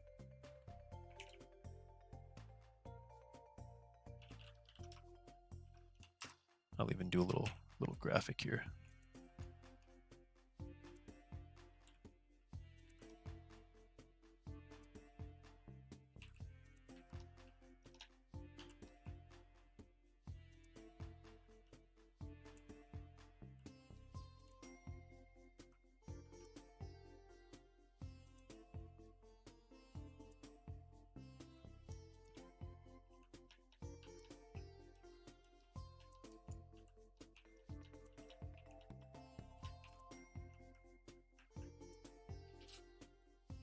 So this one will go in that direction. Yeah, that direction. This will go in that direction.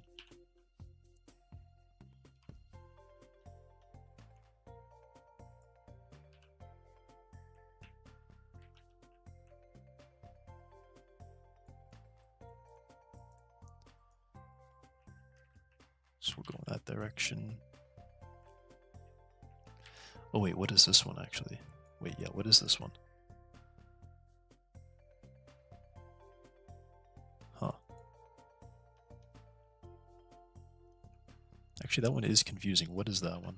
What's that one gonna be?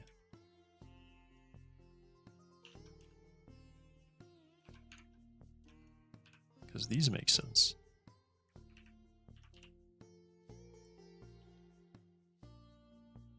I mean, these just need to be in the opposite direction, I suppose. But these need to be... This is going left, so it needs to counter... It needs to counter... Does this go in, or does it... I mean, intuition tells me that it should be like this. Huh.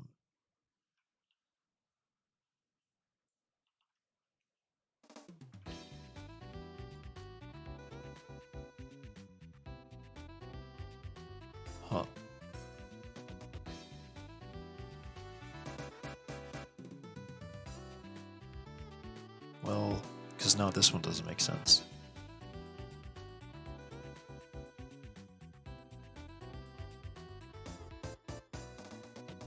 What? How do I compute? Because the issue is, I don't know which way these lines should go.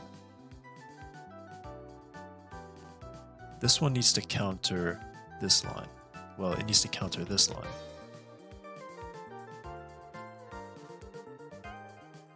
Which just means that, oh, okay, so I think this is right.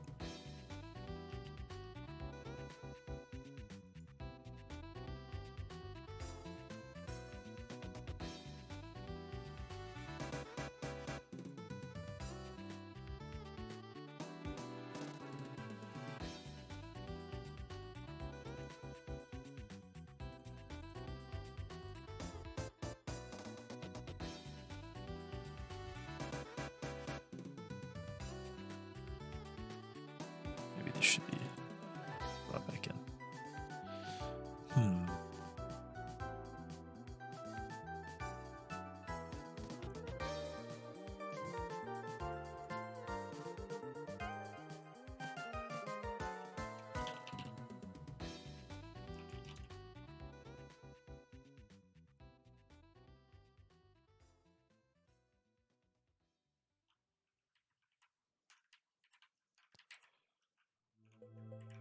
And a northern direction is, I believe, negative X.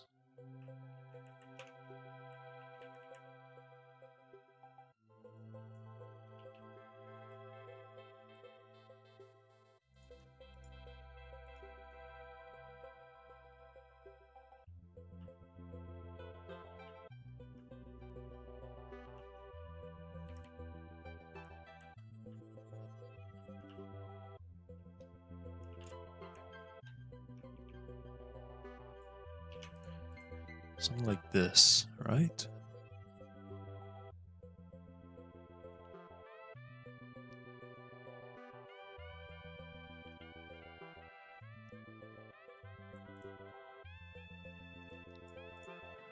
I don't know, this seems strange.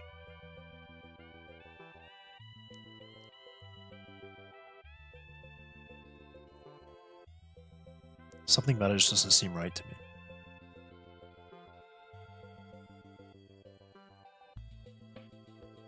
In a northern direction. Because we're looking at it as a flat plane here.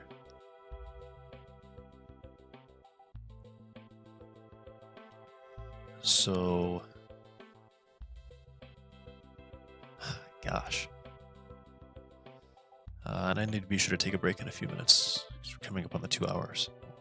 And I have not taken a break in the last couple streams. This is a big mistake.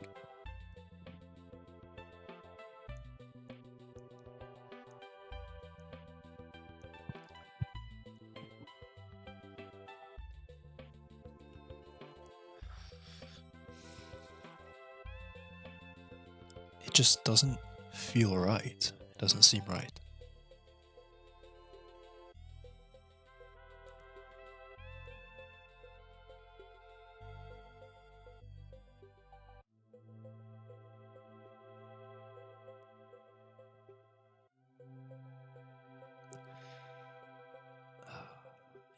Yeah, okay, so this is why it doesn't seem right.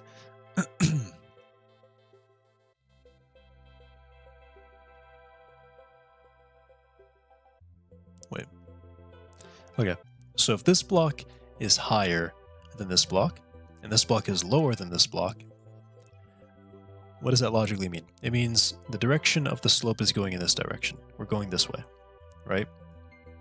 We're going up in this direction. Well, flip it for the camera. We're going up in this way, right? That direction. We're going up that way. Which means what we want to do is we want to calculate from this block to this block, and then from this block to this block, and that would give this correct slope, right? Doing it this way, we won't get that. Actually, that won't happen. So this is wrong.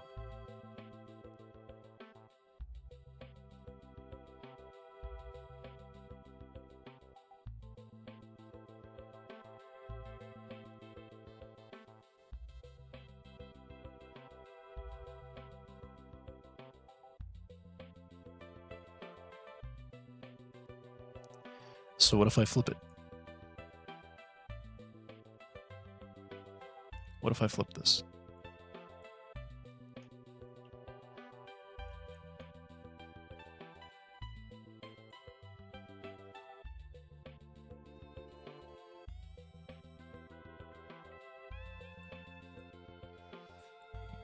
So that solves our problem for a slope going this way. So that way, a slope going this way. This solves the problem for a slope going in this direction. Now what about a slope going this direction? Up. What about a slope going this way? What happens then? Right? What happens there? So a slope going up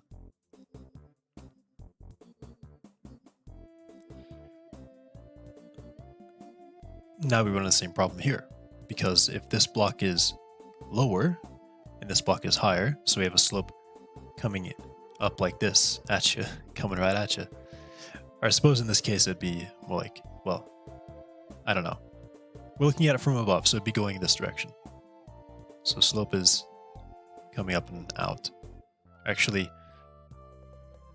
what is it like? Up and wait, yeah, up like this. It's coming at you. Okay. So what happened here is these two would need to be facing the opposite direction. This would need to be going into the block, and this would need to be coming out of the block. So now this doesn't work. This has to be reversed. But if we start reversing everything, we're just gonna... it's not gonna be right. So this needs to be the opposite of this one. This needs to be the opposite of this one. So you know what? We'll just start doing this. We'll start doing that. This needs to be the opposite of this one, which means this one now comes down.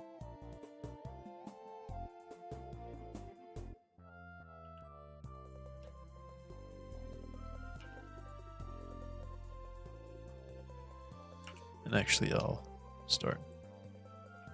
bring these back.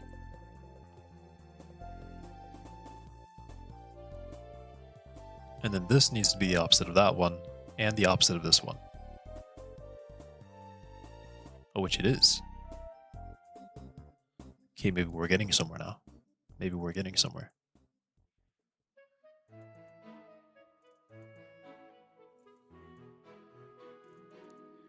So now this one works if the slope is changing in the same direction here, works if it's changing the same direction here, works if it's changing the same direction here, and same direction here, because they're all inverted. Now what about same direction here? What would happen here? These would need to be opposite as well.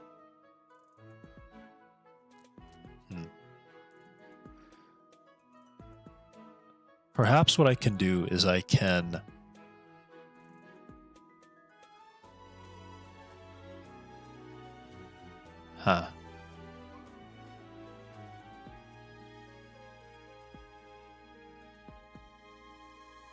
Well, actually, slope doesn't include the block on top of it. Technically, it doesn't.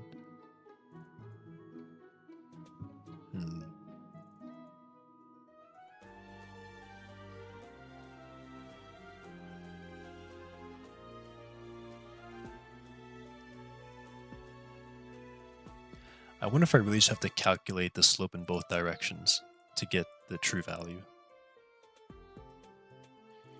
Because realistically, I'm just counting a positive value and a negative value.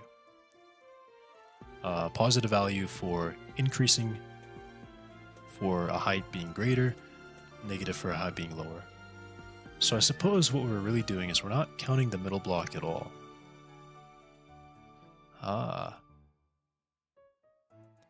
Okay, let me clean all this up.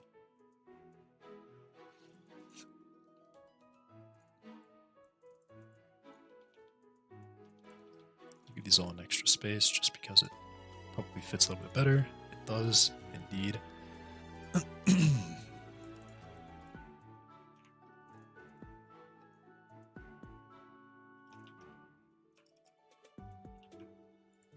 Okay.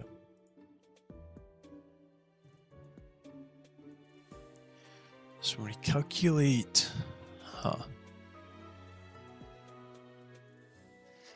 man, how should I do this? So I want to basically draw lines. I want to have a line from here to here, from here to here, this full slope. But I also need to include if the middle has, if this is an inflection point. So if this block is lower and this block is lower, but this block is higher than both of them, it'd be an inflection point. It'd be like a point, like this, like a point, a tip, right? So the slope of that should match the slope of this. What should that be?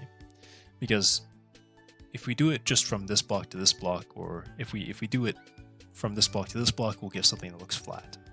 Say, oh, okay, it's flat between these two blocks. But then we have the inflection point where it's actually taller. In which case,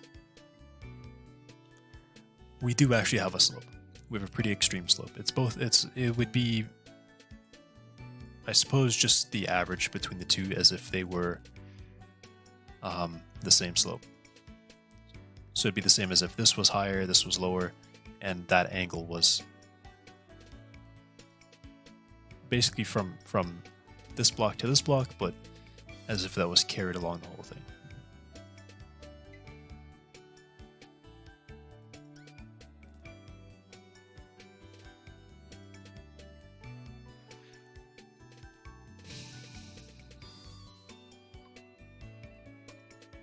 Yeah, really, I need to...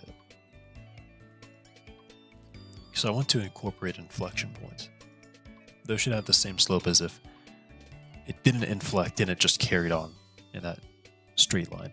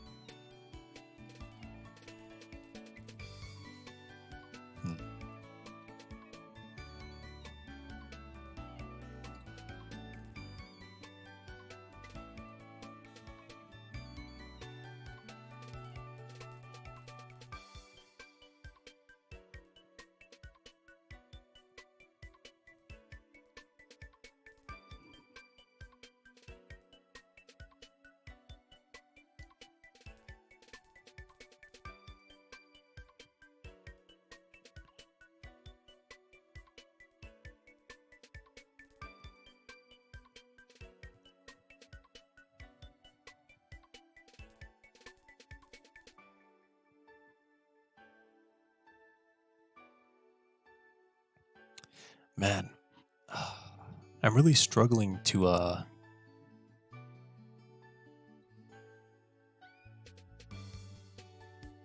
really struggling to do this one.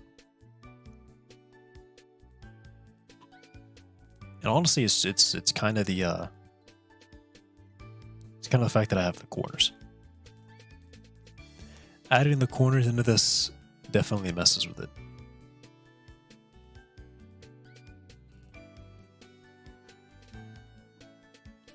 So let me visualize like a corner slope.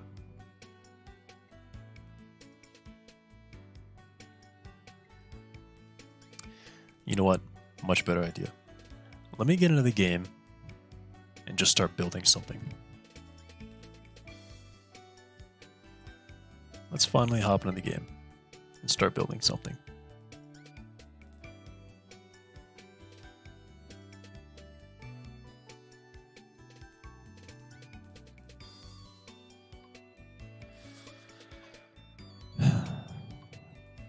Minecraft launcher being real slow. Okay.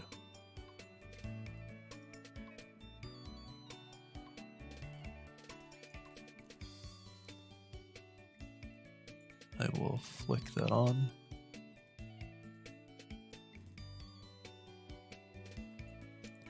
And then of course that has to prepare it. Who knows what it does when it prepares it. And I am actually going to take a break right now. So I'll keep thinking about it, but I'll take a short break.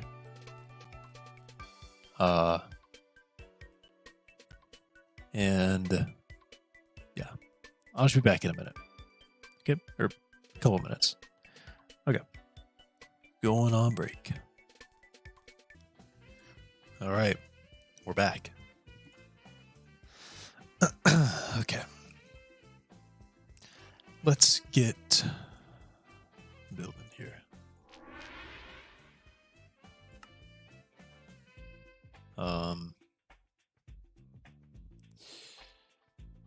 Yeah, we're going to normal world.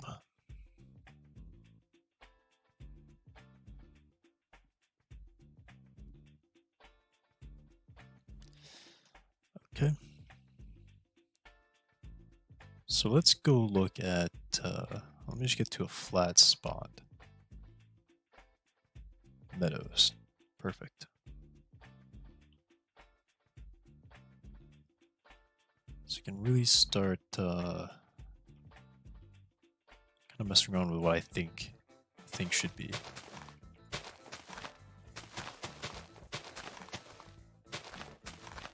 Oops. So here's some grass around here. Okay.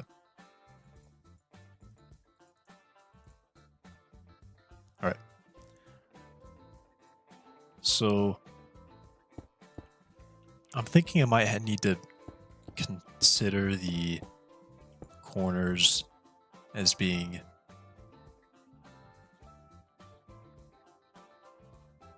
well, I guess I'll have to consider the corners depending on what these directions are doing. So this is one idea. So we have sort of in, well, let me give myself like a base here.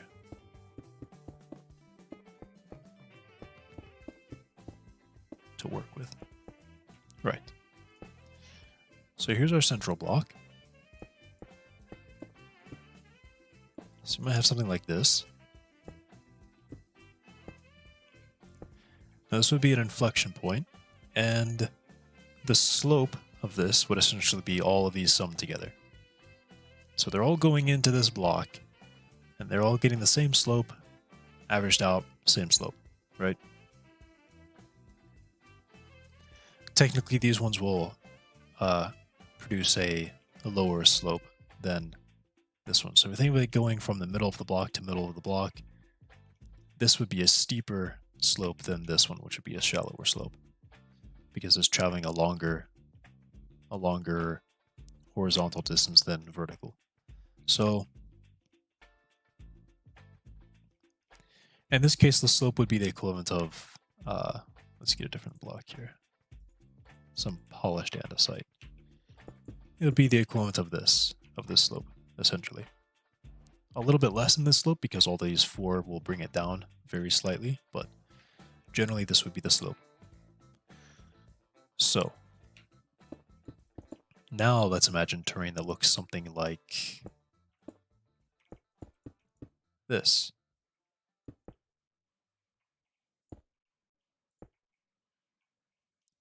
So if we have terrain that looks like this, if we're going into all these and then, oh yeah, well, I just realized. So if the block is lower, we're doing a slope from the lowest block to the highest block, always. So if we go from the lowest block to the highest block, then we'd be going from here to here, here to here, and then here to here, and then here to here. And that would actually... Okay, so yeah, we go from the lowest block to the highest block. Now what about something like this? Lowest block to the highest block, lowest to the highest. These two would counteract each other. Well, they both have the same slope, actually.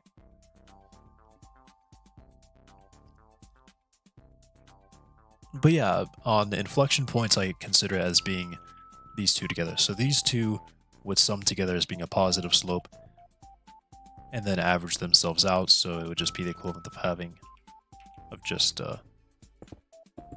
one of these, right? And then from this side would be flat. It doesn't really matter if the slope is flat, it's flat. Well, I guess perhaps you could do something like that. Well, I mean, actually, let's go really strange. So something looks like this. So I've just determined that those two will act correctly on each other. What about this? So let's go from here to here and here to here. This would be positive slope. And it would just be these two together and average out to be that one. Okay. So yeah, as long as I go from the lowest block to the highest block when I compute the slope, it's good.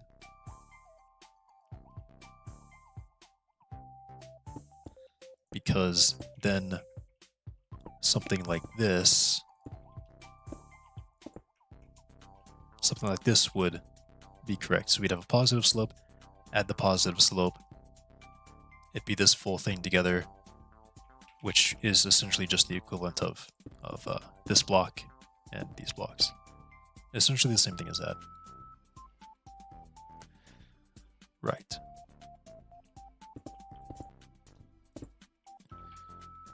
Now, what about something more extreme? You have something like this.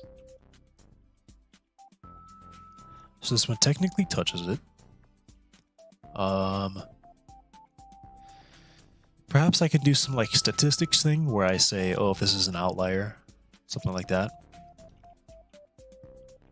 If one of these is significantly taller and the slope is just like so much crazier than the other ones, we'll consider it as a vertical wall and not actually considering it as part of the slope.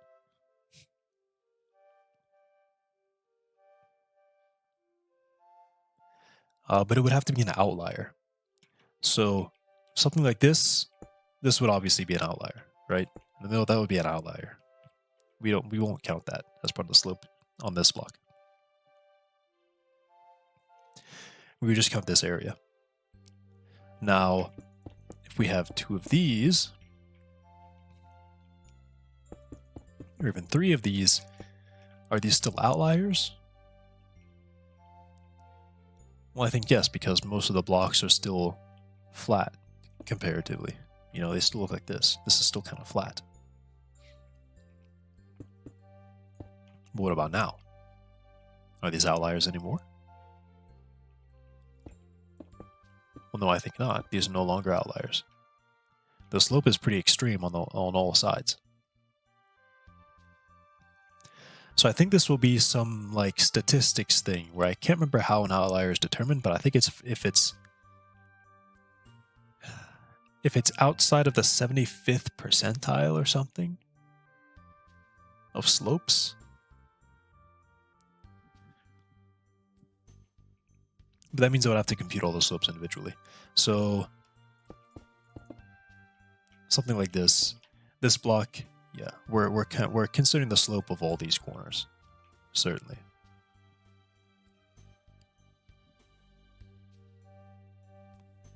But also I feel like the corners should not count much for slope. It should really be these orthogonal ones that count more towards slope.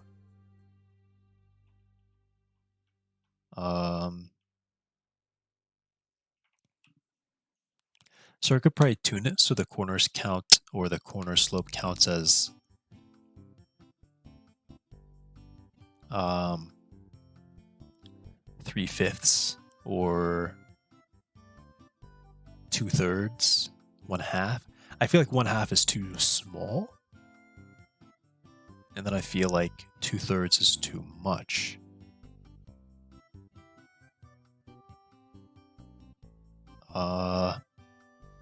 What about 5/8? That's very slightly more than half. What would it would be 6/8. That'd be 3/4. Maybe they could count for 3/4 of the total slope. Right? 3/4. Because the way I imagine this, I imagine it being like this, right? Like this slope is so extreme that we're basically just placing the grass block on top. I mean, I suppose maybe in this case, we probably do want dirt here, perhaps.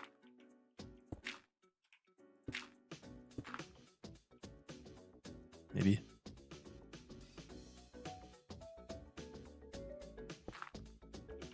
Wouldn't that look strange though? Oh wow, I'm discovering things here.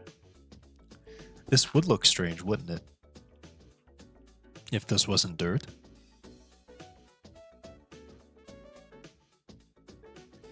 So maybe what we do is we do some extra post-processing where if the bottom block is still stone, but it's surrounded on 4 sides, because this might look fine. This may look fine. Something like this looks fine.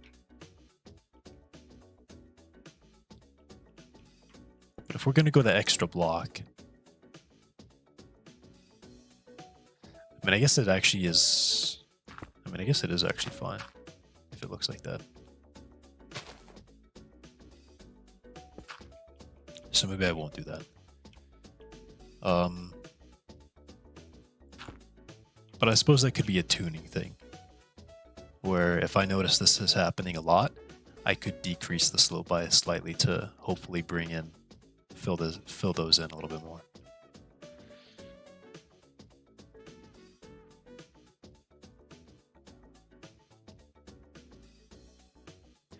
Or I suppose in this case it would be to decrease how influential the corners are. Because if the corners were less influential here, then, you know, going from this block to this block is now a smaller slope, and that might fill in.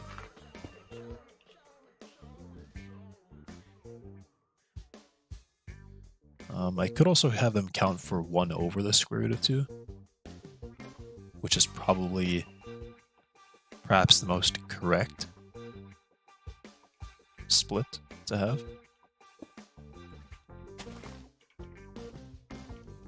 And these would definitely be all of it on the ground, actually. Probably. Maybe. I don't know. Maybe. Maybe not. Maybe not.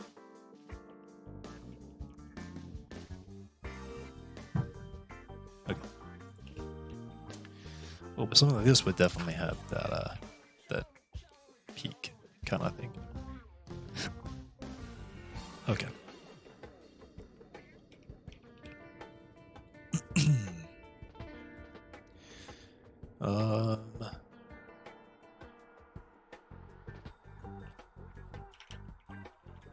Let me leave this in shot, and back. Okay. All right. So, yeah. So these will be computed in slopes.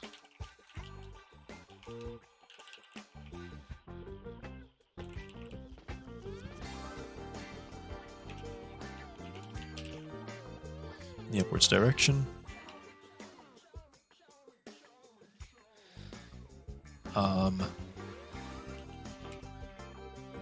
Averaging all slopes together for a final local slope. Corners will account for 1 over the square root of 2 of their slope value. And then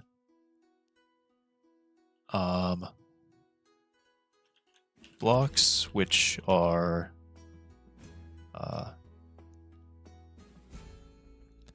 outliers will not have their slope contribute at all. And then I'm going to look up how outliers are calculated. So how to calculate statistical outliers. Outlier formula designates outliers based on an upper and lower boundary. Any value that is 1.5 times IQR greater than the third quartile. IQR?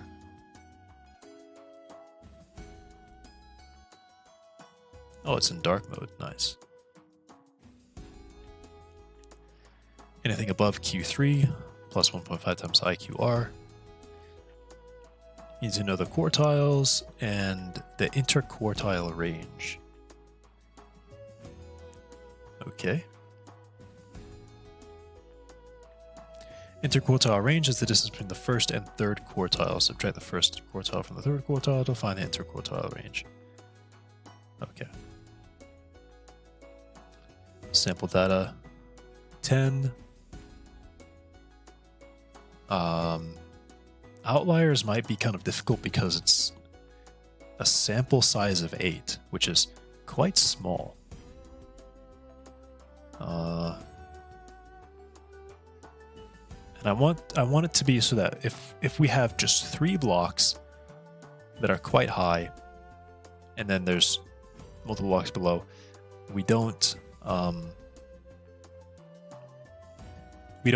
make one of these like have a super high slope in the very center. Yeah? Yeah.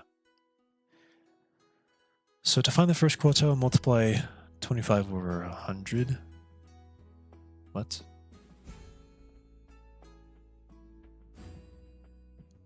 By the total number of data points, 8. A locator value, L. If L is a whole number, take the average of the Lth value of the data set and the L plus 1th value. The average with the first quartile.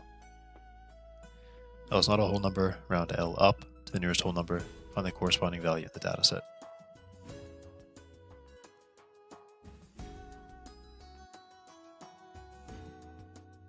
Okay. It will have to be arranged from smallest to largest. Okay.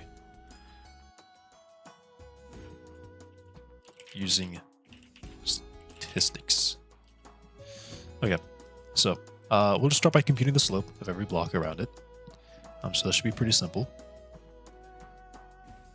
I can have a float array of slopes. New float of 8.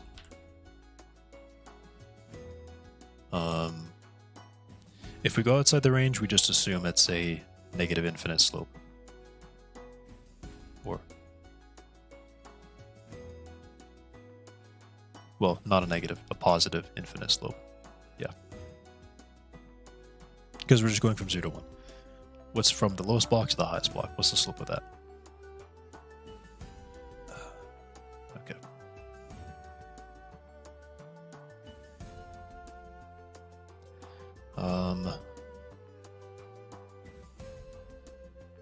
So I can perhaps close these for now. What scene are we on? Yeah, we're right. Okay.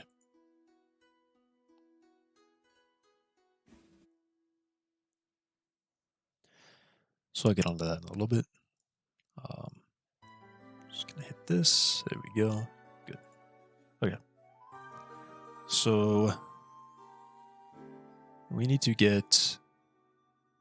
start at a current block and start going up if we have chunk data. If we don't have chunk data, then we just use the value of the height map. If we don't have that, we say the slope in that position is 1. Yeah.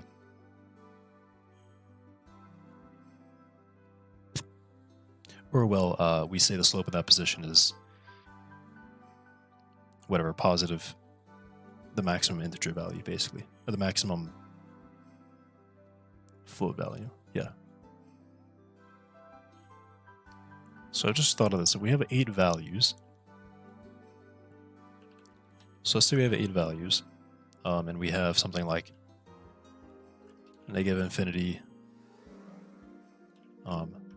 negative infinity, negative infinity, and 1, 1, 1, 1, 1, right? So this would be something sitting right up against a vertical wall, right? So we need to find a locator value for the first quartile, which is a quarter. Yeah, a quarter of 8, which would be 2. It'd be here. This would be our locator value. We take this, we average these two, we get an infinity.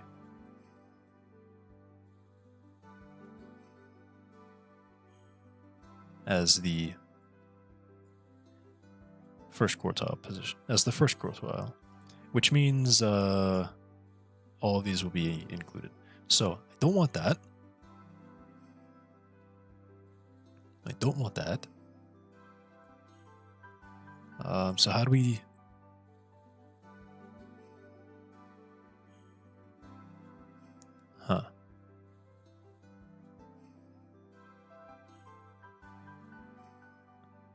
I have 8 blocks around. I could possibly include 4 more blocks. So if I swap back to this, I could possibly include these blocks just as this sort of sanity check to bring the total from 8 to 12. At which point now, if I have all of these 4 are outside the range, I have 3 more here that would be inside that have that correct that. So let me imagine this. Let me imagine this for a moment. So now I have slope would be 12. You'd have 12 here. And we would calculate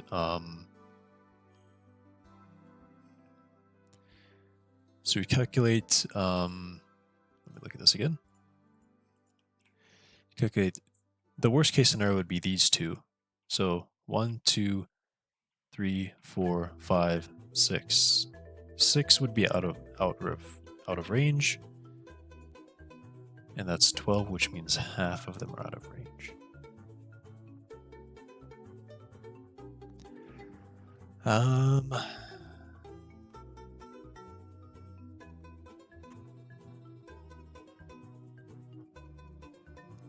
mean, I suppose right at the very edge, that's fine. Like, yes, the slope is actually that extreme. So yeah, okay. We'll come back to this. We won't do 12. That's perhaps a bit too ridiculous. Just have 8. And then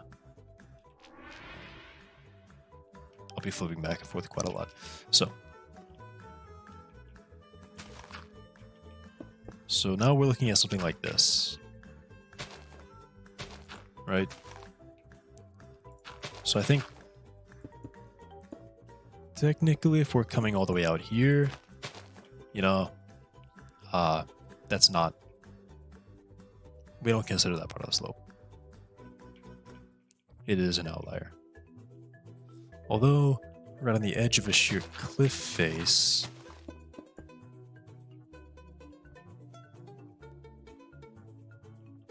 I mean, yeah, actually, those usually do look like that. Okay. So yeah, it'd be perfectly fine if the very edge of that is dirt, I think. Right? Right? I mean, maybe not a lot of dirt, but a little bit of dirt. In this case, it'd be these 3. All the way down here would be... Okay. So if we have a wall of 3, we have a wall of... So let's say something like 10, 10, 10, and then everything else is flat. Everything else is flat. Everything around this block is flat. This is 8. Yeah, this is 8. So let's assume we have something like this. Right? So our interquartile, or the locator value would be here, 10. Which means we'd be considering it. Okay. If 3 of them are... If we have 3 really big values, then yeah, we'll consider it.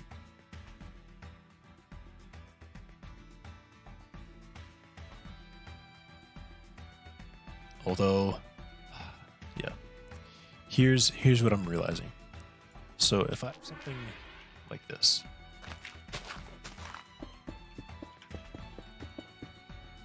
well, yeah, something like this.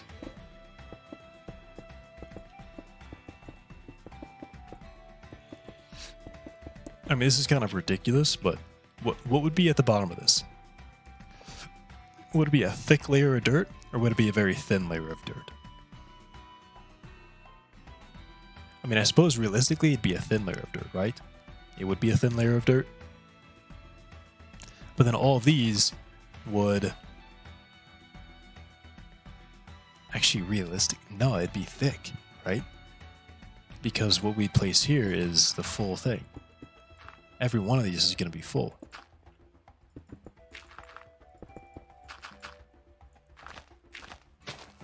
Right? And at the very bottom, it'd be the same way. This would, well, actually, coincidentally, yes. It'd be like that. I don't mean, these are kind of extreme things that I'm considering here. It is kind of brought on the fact that my sample size is so small. So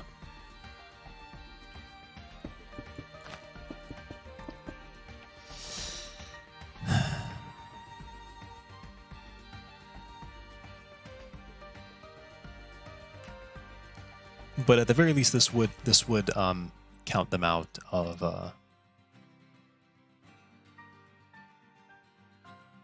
this would count them out of if there's two.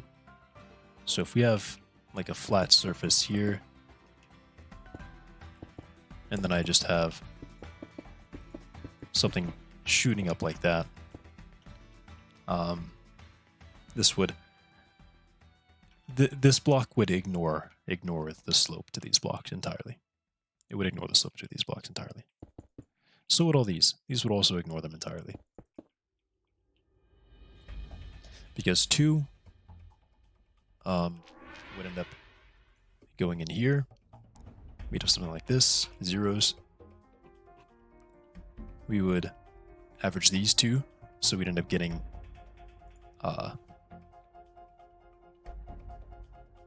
5. Wait. If L is a whole number, take the average of the Lth value of the data set and the L plus 1 value. Is not a whole number, round up to the nearest whole number on the corresponding. That will be okay. So 8 times 25 over 100, 1/4, is 2. So 1, 2. It's a whole number. So we take these. So we'd end up getting 5. So Q1. Let's put this here. A lot of statistics here. All right. So L would be equal to 2, and Q1 would be equal to 5. Let's find Q3. Same thing. We would end up taking this value. 7 multiplied by that to get locator value L. So we would get this one plus 1. So then Q, well, these are supposed to be ordered. I don't know why I was... Yeah, they're supposed to be ordered like this. So Q1 is actually 0, and then L in this case would be equal to 6. 1, 2, 3, 4, 5, 6. The average of these two, so then Q3 would end up being 5. Yeah. Answer quartile range. In this case, it would be IQR is Q3 minus Q1, which is equal to 5 minus 0, which is equal to 5. Right? So in the upper boundary would be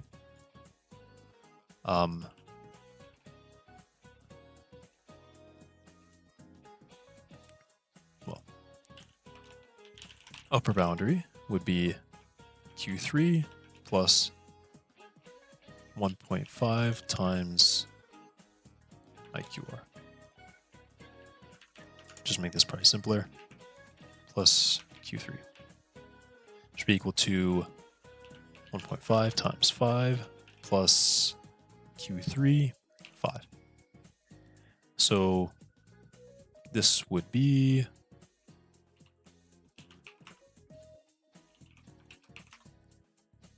would be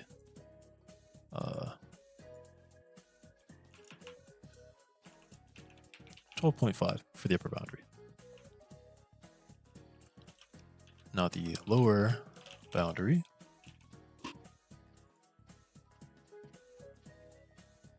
and perhaps what I could do is I could just say if the absolute value is well,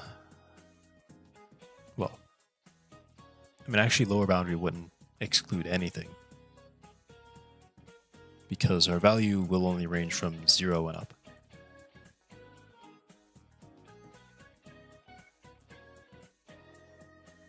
Perhaps I could use like, I take the full range, cut it in half, subtract every value by this half range, and now we have a scale from a negative number to a positive number.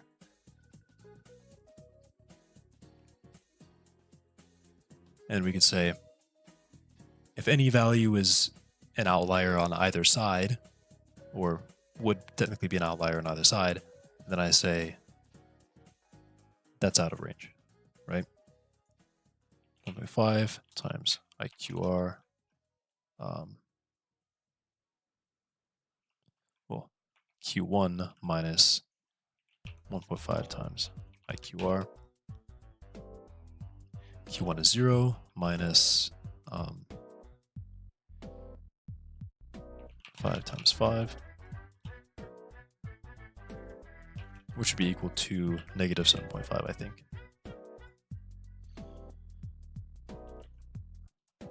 Yeah, 0 minus 7.5 is negative 7.5. So it's kind of an issue. Something like 10 would technically be, it'd be in range for the upper boundary, but then it would fall out of range for, well, actually no, because then if I take the range, which would be 10, these would all be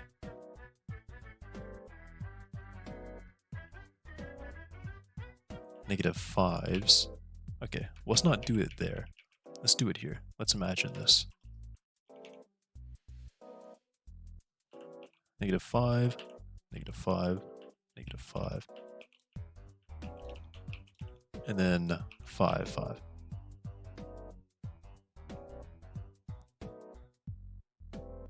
One, two, three, four. 1, 2, 3, 4. Right. So really what I want to do is I want to cut these out. So L is 2. Q1 is equal to negative 5. L is 6. 2, 3, 4, 5, 6. Q3 would be 0. And it looks like we're, I suppose, going to get exactly the same thing, which I should have saw coming. IQR is Q3 minus Q1, which is 5. Exactly the same. Exactly the same.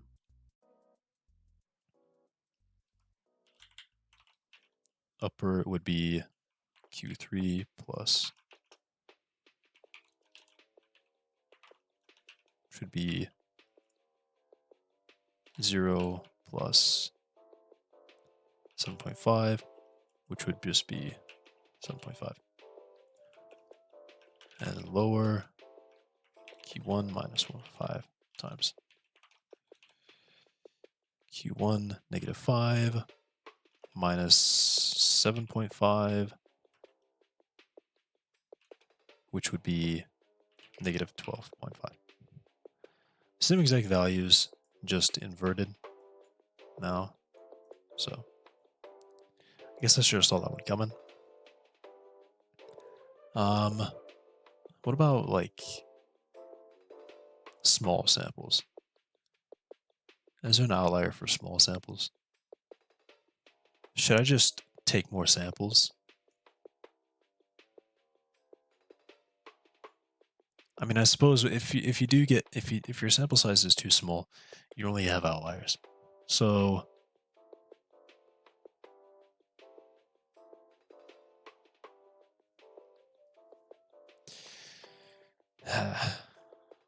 how can I because I really need to exclude something like this. I need to exclude something like this. These blocks should not be counted. I suppose I could just have a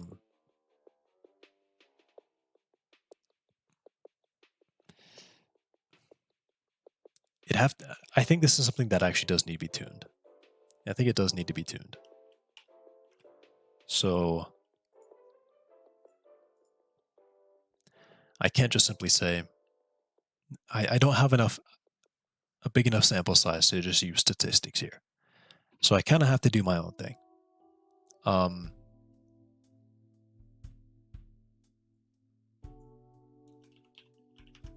Using statistics star. Yeah. So what we'll do is we'll actually compute the average, and if anything is significantly, no, I can't do that. I do need to order it. Okay, so let's imagine again.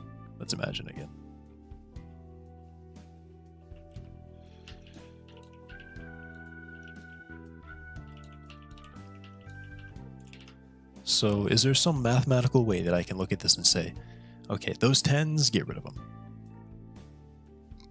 Get rid of the 10s.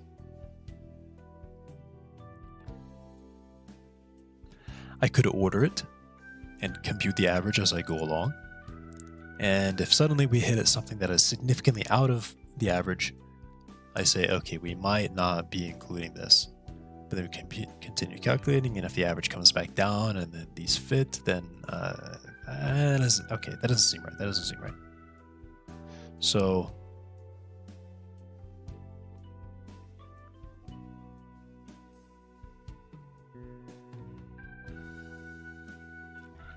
I guess what I could do is I could remove, say,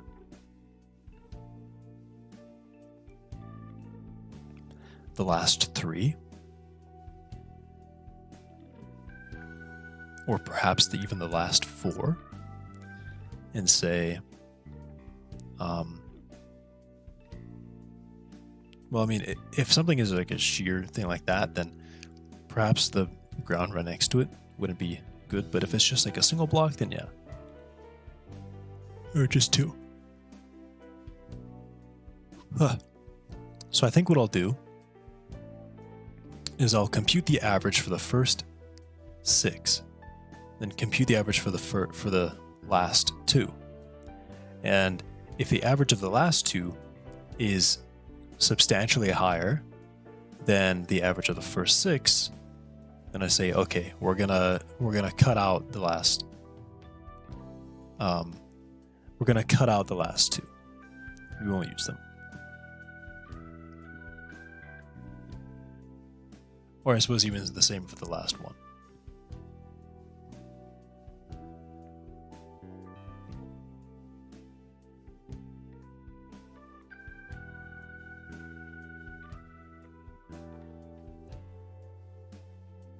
Yeah.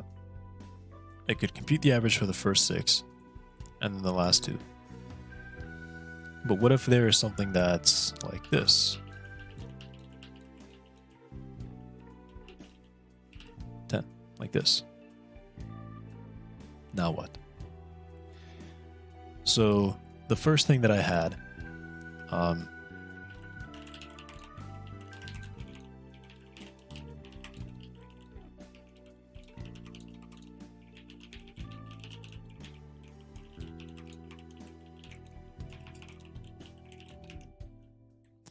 that won't count that one, catch that one. So then I say, if nothing happens there, then I'll say compute average for first 7. Then you compare it to last value. If they are significantly different, exclude last value.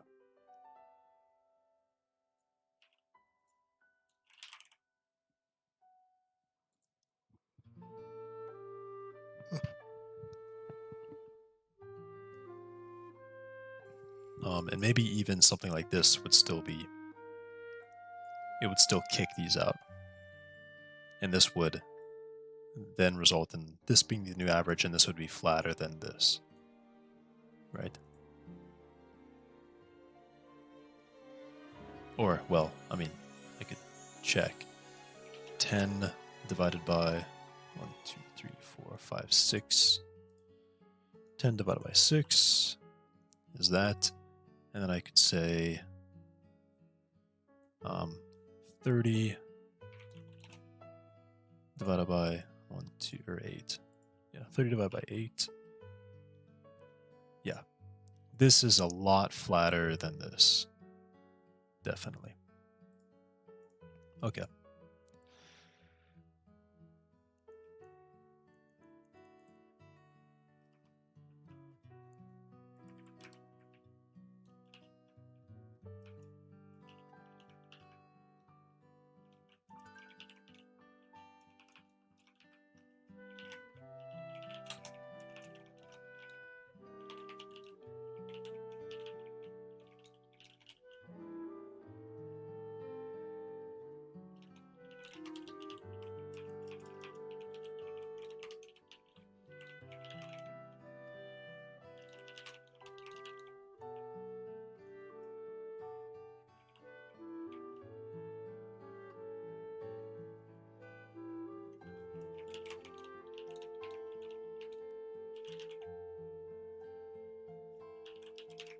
Yeah.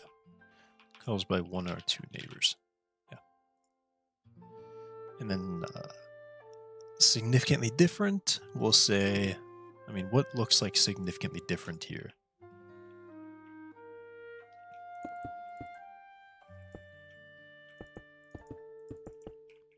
Let's just think here. What's significantly different?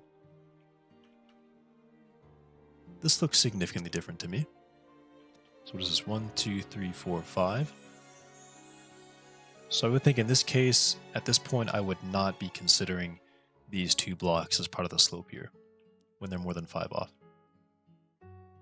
So this would be something like calculating the average here to be 0, the average here to be 5, or even greater, like this.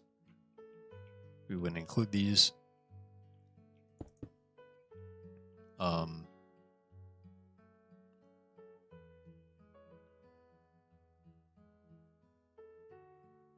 And I've just had a thought. So if I have something like this, I mean, this one's like 4, so actually I would consider that to be more significant and no longer consider this at that point. Well, I mean, no, probably still like that.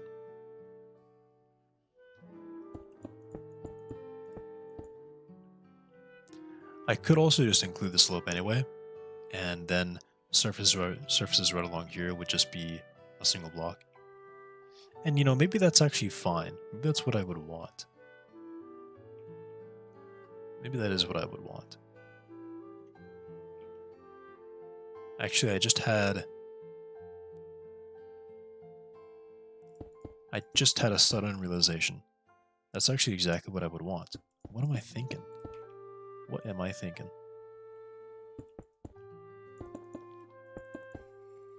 If we have a sheer rock face, you would expect to see something kind of like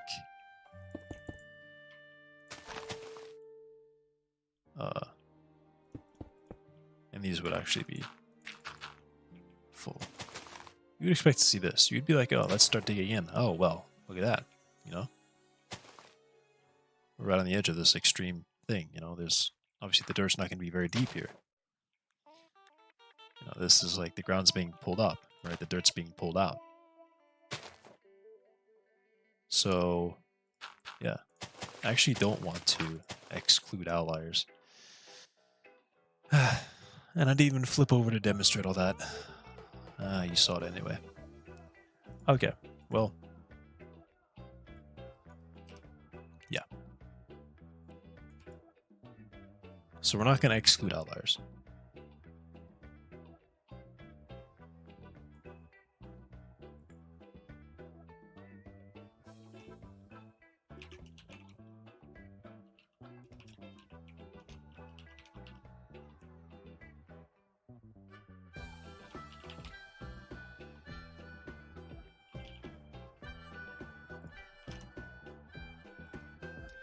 slopes can be radically different, or the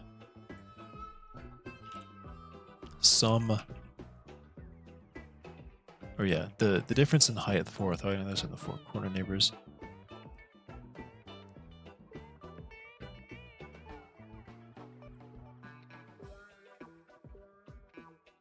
Calculating the slope as the lowest to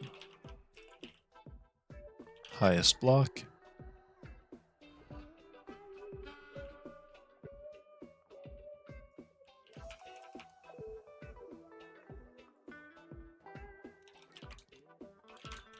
The four corners only contributes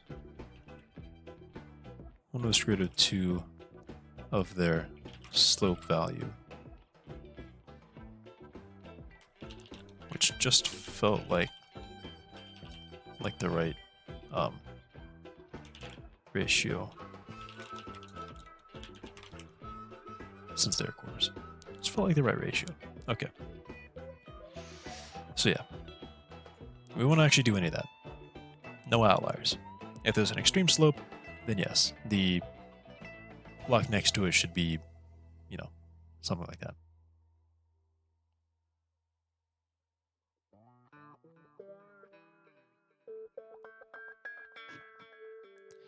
The only issue is that if we have negative slope bias, the surfaces right next to, like in a desert, the surfaces right next to a sheer cliff would maybe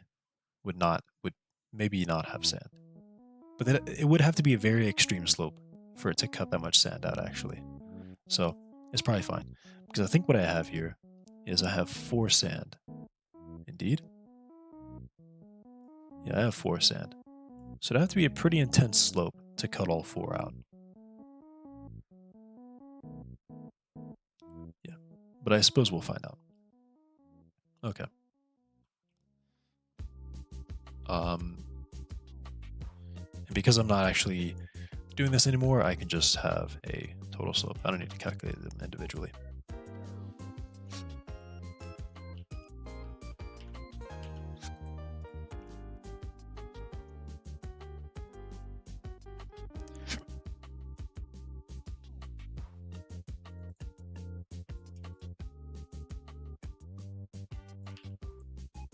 Right.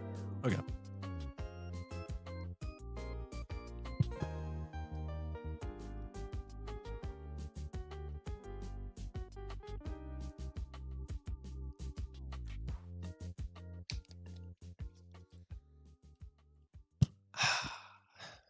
Okay. So let's try to get the... We'll try to start at...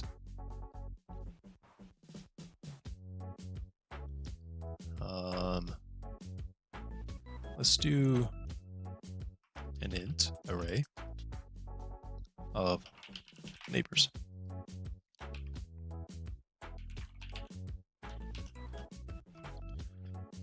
And I'll just fill all these in manually because I can't think of a better way to do it. So I do have the hide map. I'll do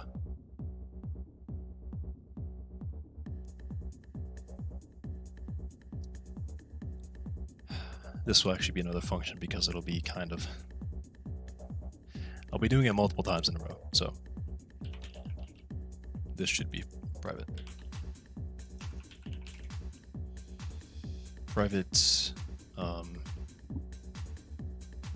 This can even be static. Same thing here.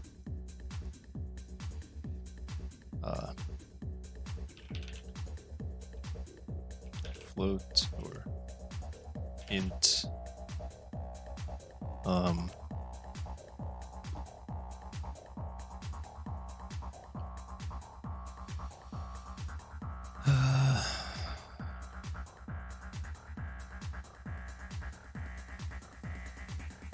So we start at a position. If it's air,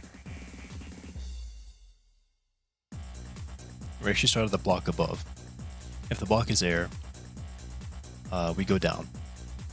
it's solid, then we say, okay, slope 0, and as we drop down, we'll say it's a negative slope. If the block next to it and above it is solid, then we start going up, counting that as a vertical height. So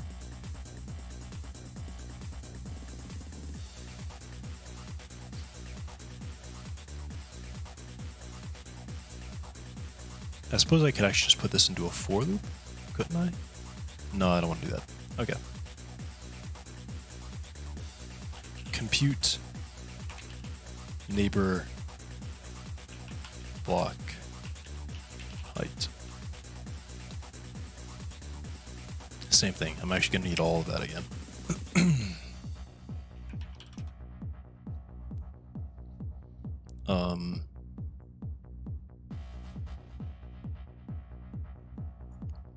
And actually, yeah, I take in a certain value and I scan up or scan down using this. If this is outside the range, then I say, we'll use the height map. Okay. So if chunk X distance 0, 15,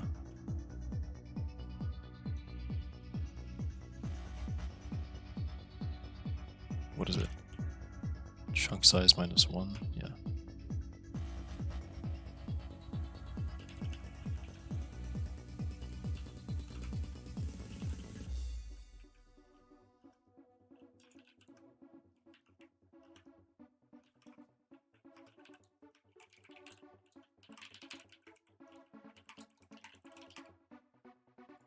Okay. So then we'll use word coordinates here. We'll say if check bounds world X, world Z,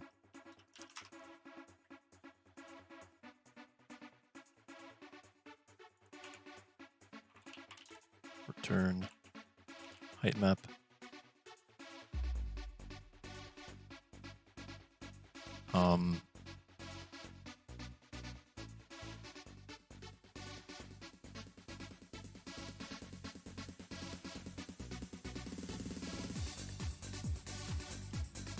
It'll be mapped to that value.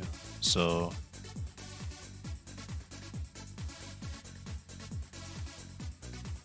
yeah, get sample world X, world Z. Cast it to init. Otherwise, we return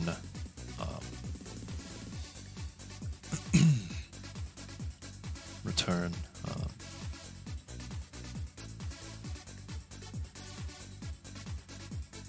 we'll just say it's like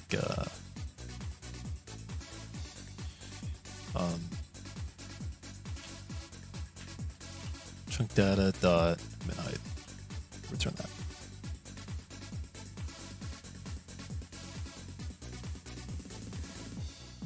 Yeah, we'll assume we're just dropping off into the abyss there.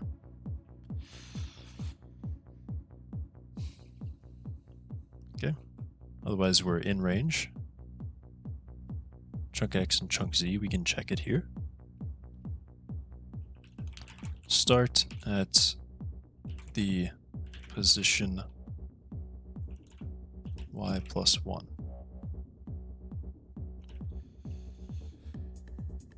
So that the visual slope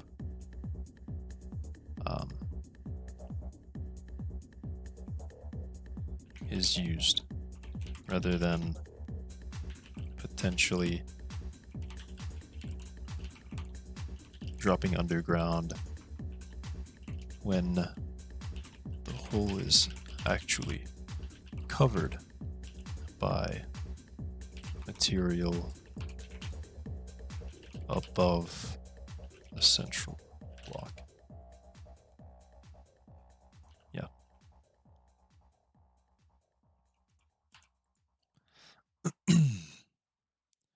So we'll do a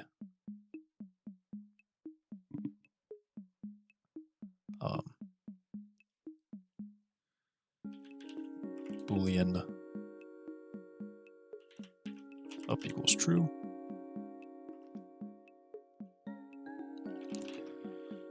For int my pos equals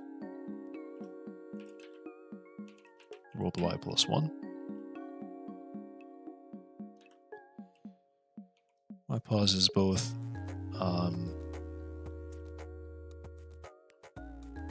greater than oh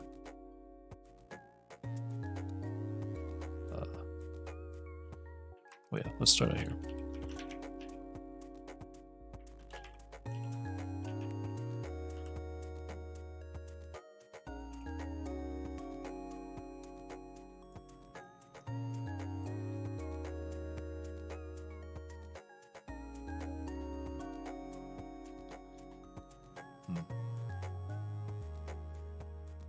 Yeah, let me think about this. So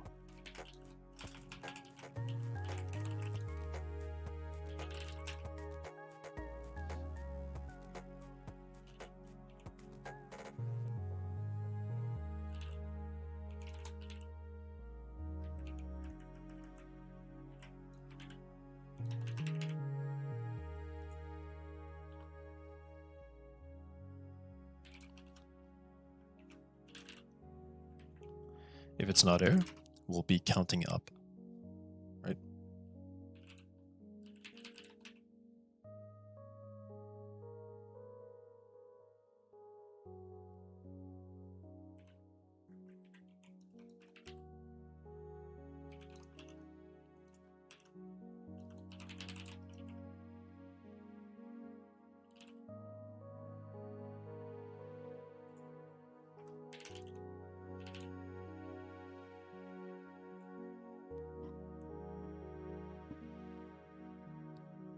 They are called,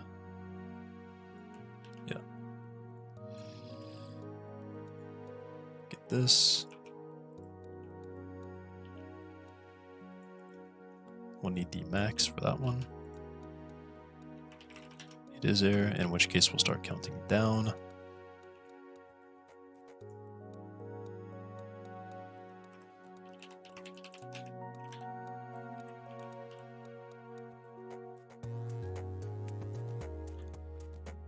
It is less than the chunk max.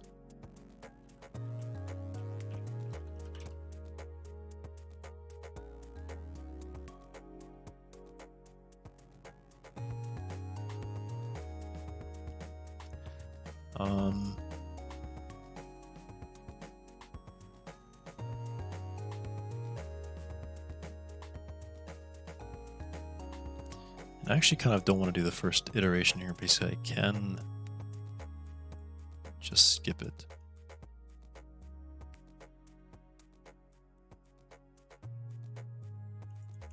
So I'll do like a manual thing. We increment it first. And then we say,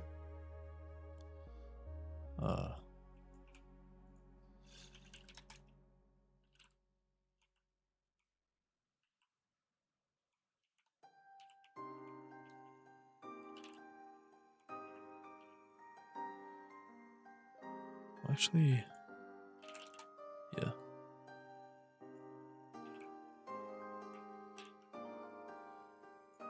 If it is,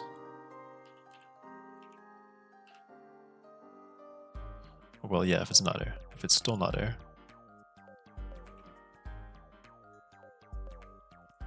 If we're still not error.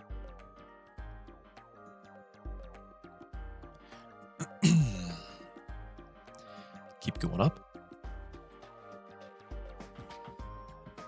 Well, actually, no. If it was error, then we reach the top. We'll decrement height and break.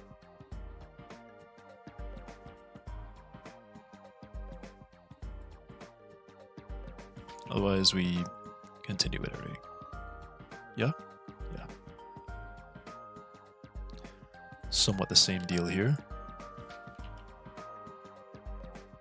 Height is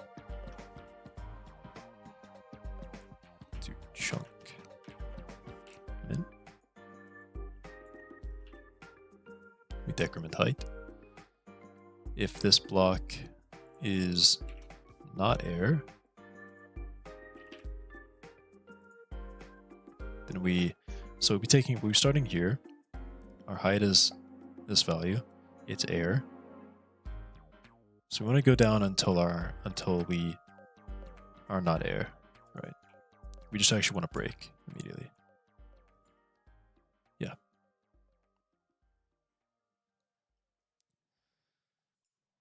In this case, we only want to count what is not air as the height. Yeah. All right. Yeah. Yeah, this is right. And this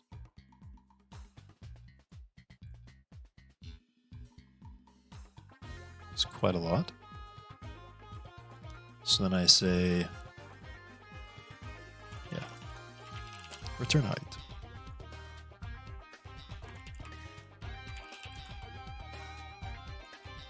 And this can all come out of here, actually. Okay.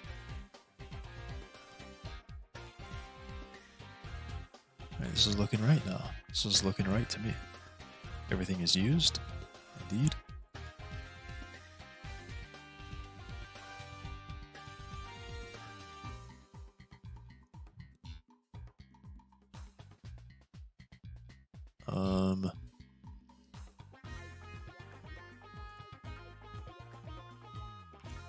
And actually, in this case, I can do subtraction there.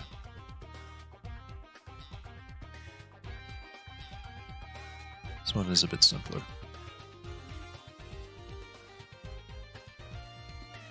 Because the first block we checked was actually ward +1, and the next blocks we'll check is at world Y.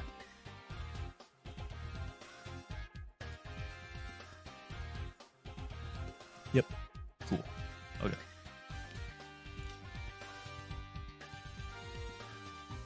Deeper block height. There's that.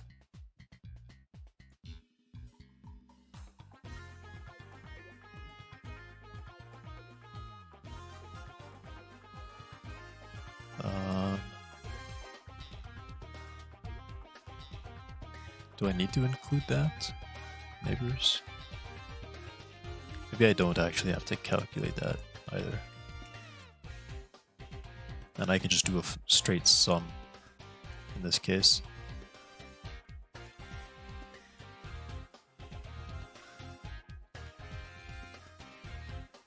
So I think in this case I can just do a straight sum.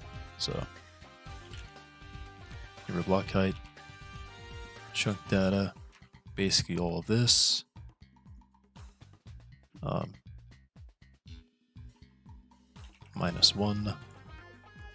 -1, world X, -1, -1.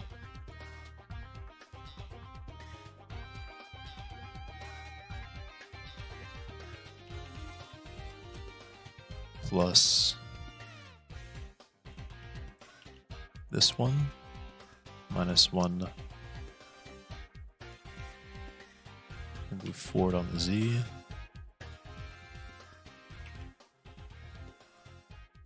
We'll move forward on the Z. This is just going to be ridiculous looking.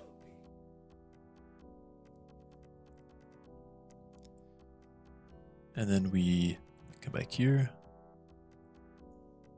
-1.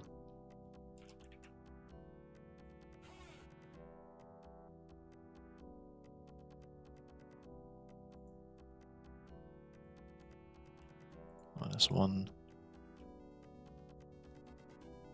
And this will be +1. Okay.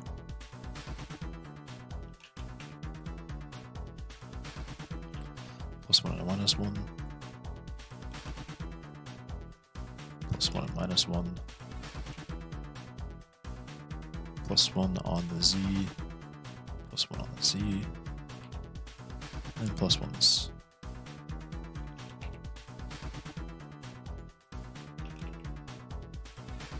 Is that 8? 1, 2, 3, 4, 5, 6, 7, 8. Yep.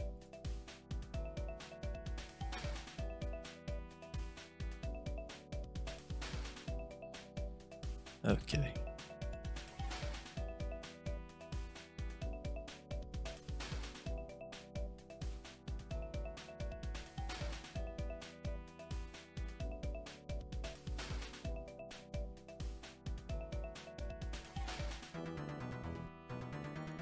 I kind of want those to go away. Can I turn those off? If I close that file and reopen it. Okay, cool. These are kind of aligned now.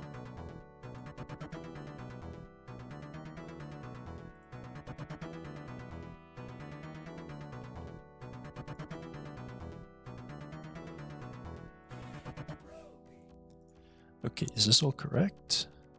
-1, -1, -1, same, -1, +1, -1, +1. And then same, -1, same, -1, same, +1, same, +1. +1, -1, +1, -1, +1, same, +1, same, +1, +1, +1, +1. Right, okay. These are all the 8 neighbors. Indeed, the 8 neighbors. Oh, that's actually not total slope. Actually, yeah, I did need to calculate all the neighbors individually. Ah, gosh, I am dumb. Okay. Int neighbors equals new int all that. All that.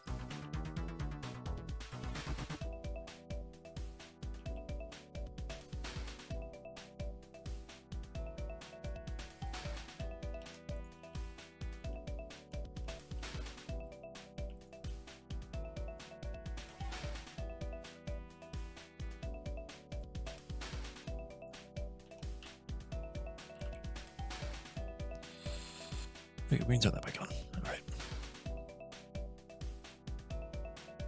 These are all kind of out of whack now because this is placing it inconsistently, but that's fine. That's alright.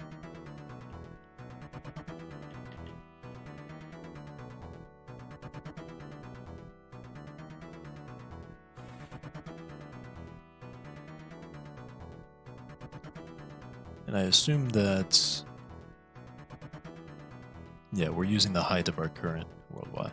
So our current height is worldwide. Okay. So then I need 2 for int neighbor height neighbors. Okay. This is a ridiculous looking line, ridiculous looking chunk of code. I mean, I think it's the best I can do it. You know, this is like quite a lot of computation for each one of these neighbors to get their height. So, I mean, this looks bad, but imagine this 8 times in a row. Unbearable. Okay.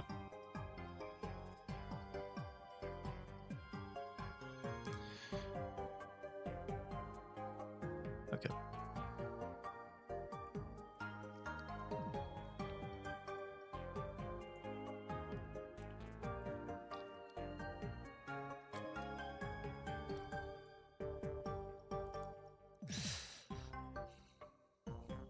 All right.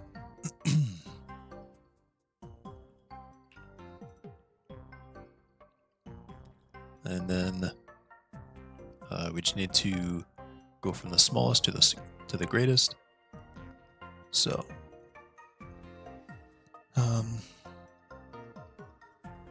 which ones are corners? This is a corner, corner, corner, and corner.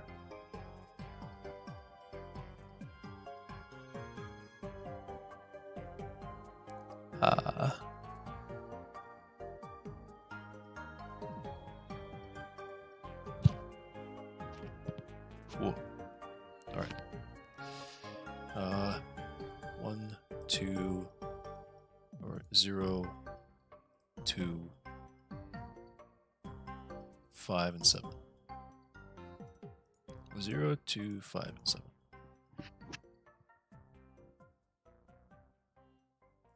0257. 0257.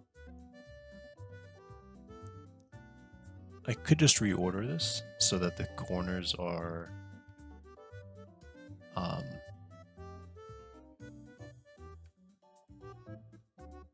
as if I'm running around in a like that. So perhaps that's what I'll do. So after this one, it would be +1 and chunk X is moved up. And then after this one, we're looking at both +1s. Then we come back to regular chunk and +1. No.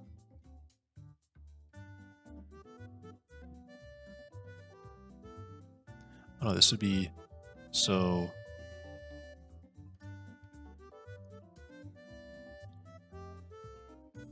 -1 in the middle. Well, actually, let me think about this correctly. So here, up here, here, and then here, and then here. Yeah, that's right. And then here, so chunk +1, chunk Z. And then here, -1. And then in. Okay, so does this look right? Close that, reopen it, so I can look at it without all this crap. So, -1, -1, -1 up, -1 plus, and here, here, here, here, here. Yeah. And then these are the corners. So the even indexes are the corners. Corner, corner, corner, corner.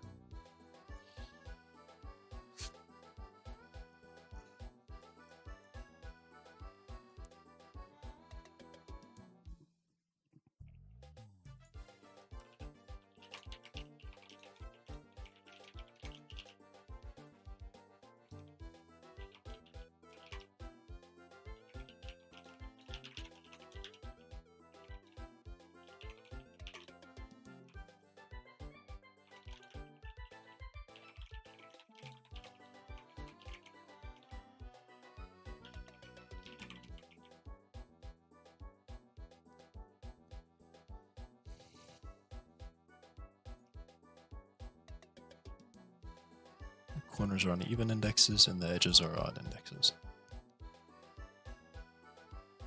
Yeah. Int index equals 0. Index is less than neighbors. Length. Index plus plus. Corner. If much load 2, 0, then I say up.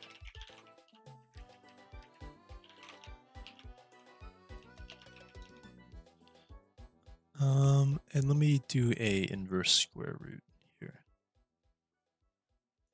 Inverse square root.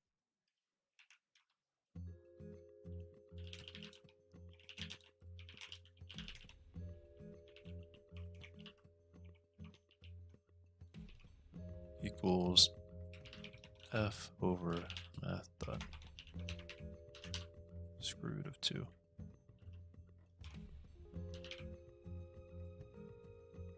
Let me turn inspection back on. Double.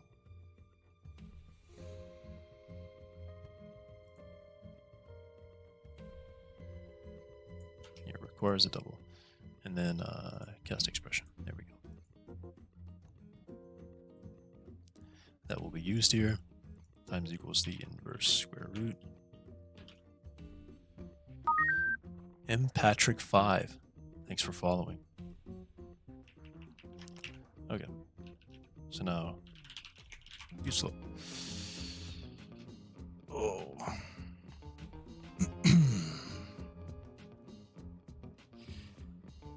So I want to go from the lowest block to the highest block.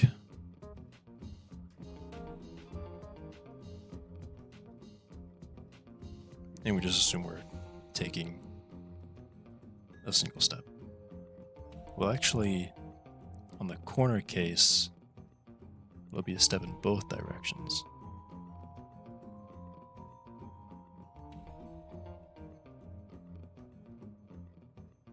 Okay. So actually we'll get the lowest and the highest.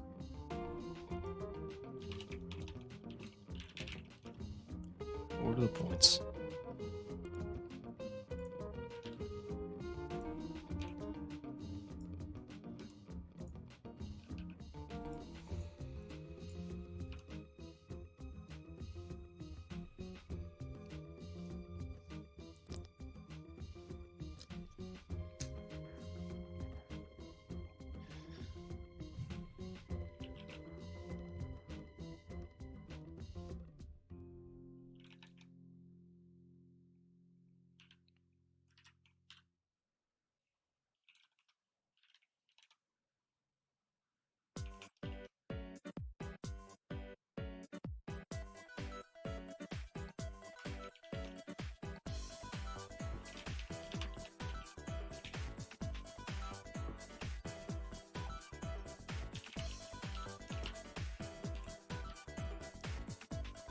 Well, yeah. Flow is greater than neighbor, then we'll swap them. Neighbor is worldwide. Low is neighbor, and neighbor is worldwide. This is probably not correct.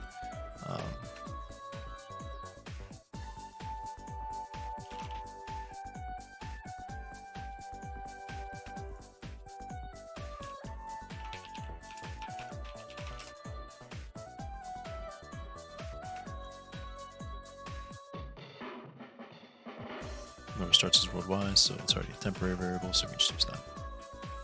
Okay.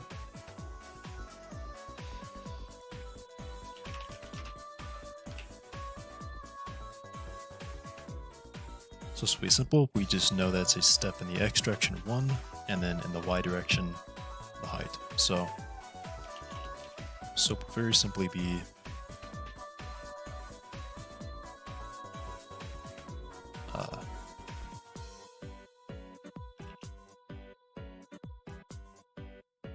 well,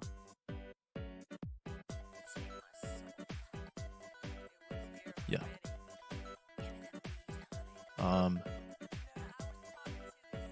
Oh wait, I don't even need to do it this way. I just need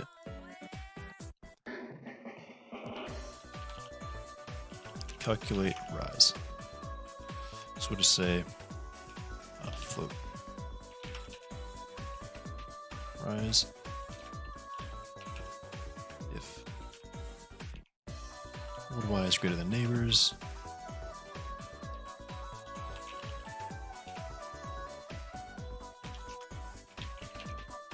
Rise will be equal to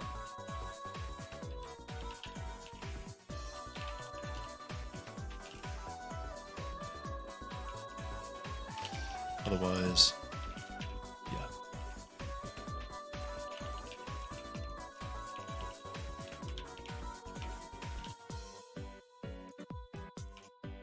Okay.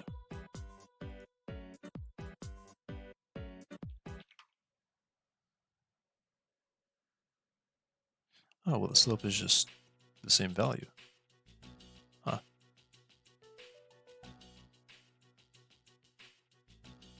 Yeah, it's just the same value. Right. So then I can say slope is equivalent to that.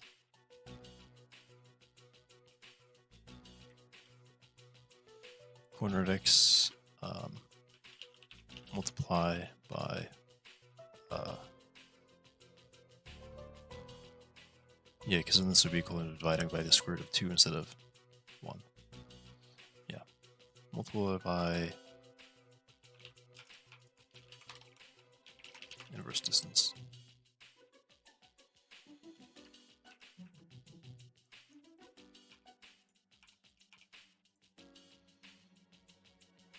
And then total slope, slope. Very simple there. And now I just average them all together, is that right? Yeah.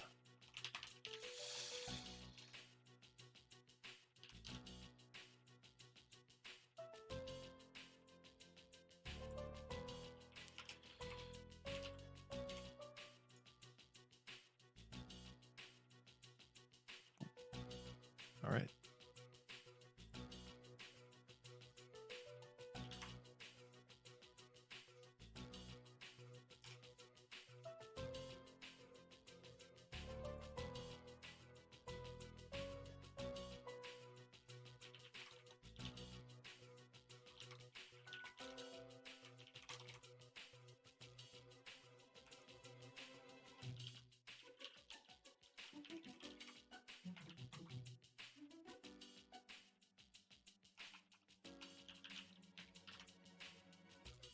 Yeah.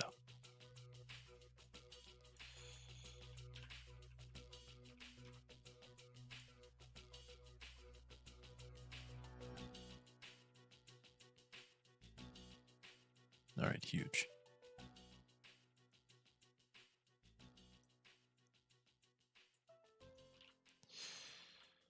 Slope biased cover. Now we have local slope. Oh, this is great. And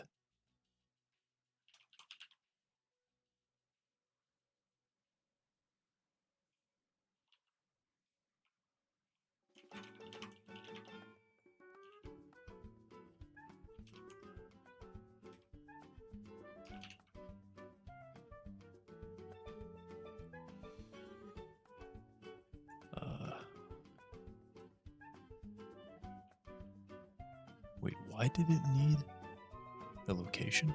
I don't think it needs the location anymore, does it? I think it doesn't.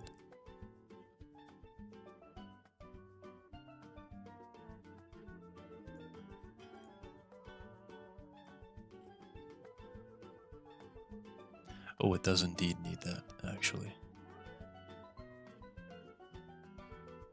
Oh, and this is world coordinates, too.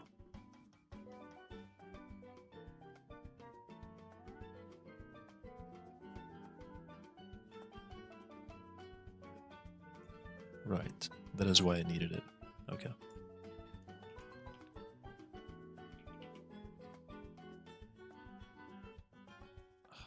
What is... Oh, come on. XYZ. Okay, just had to be sure.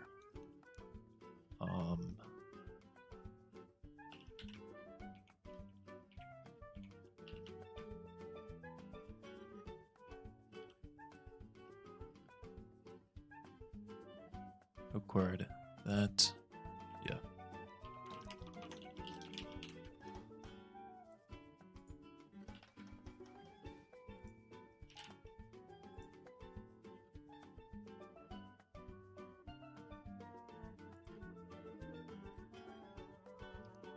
And then I suppose I can place the first block.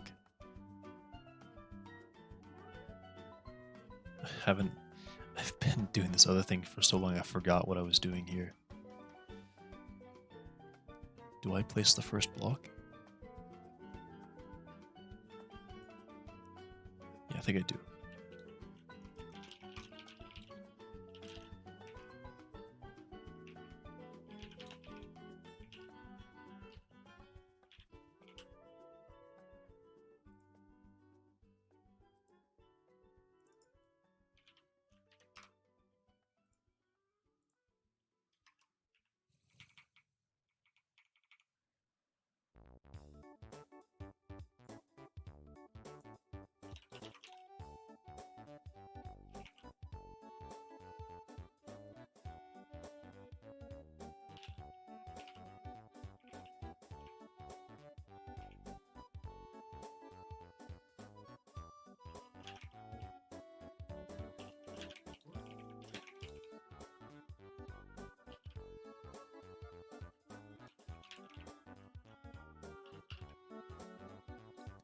And this could potentially be empty.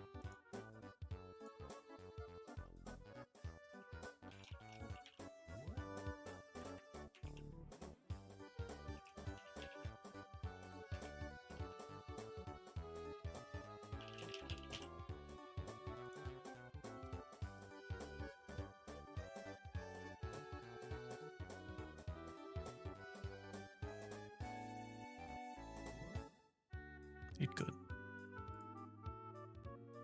But it probably won't be. Okay. Oh, and this isn't actually right. So this needs to be divided by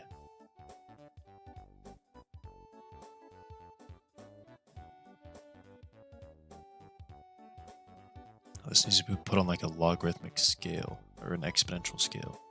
So 45 degrees. So slope of 1 would be 0.5. Is that? I gotta go on the graphing calculator.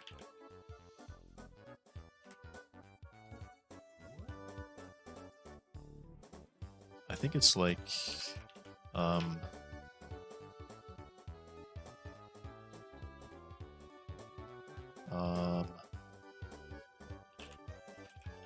log x. Does log? No, I need. It's the inverse. 1 over. No.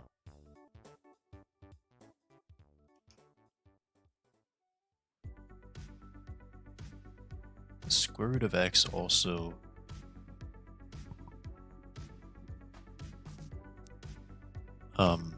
goes up forever.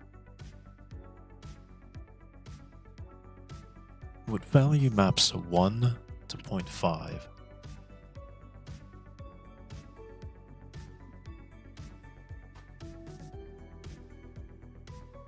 And then as you increase, it gets lower and lower. Is it? Would it be the natural log? Natural log maps 1 to x. Log x. Well, it's still like that. Wait, what?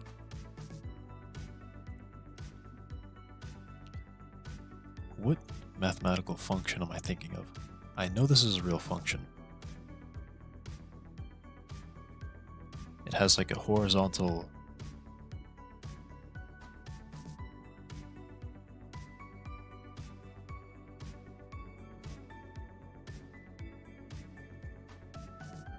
At infinity, it is 1.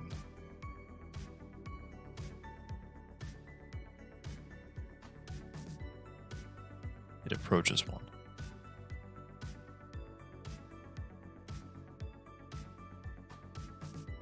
Is it like 1 over x? Is it kind of like this?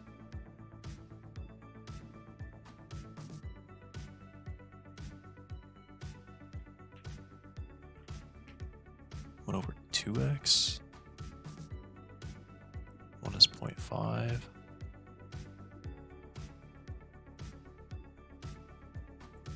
Is it 1 minus? Oh, it's 1 minus 1 over 2x, right? Oh wait, but 0.5 maps to 0.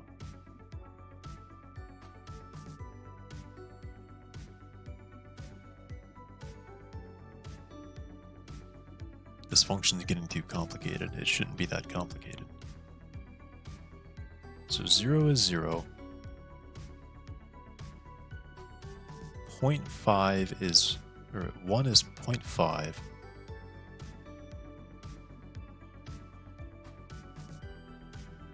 Two is, would be 1 minus 1 over x.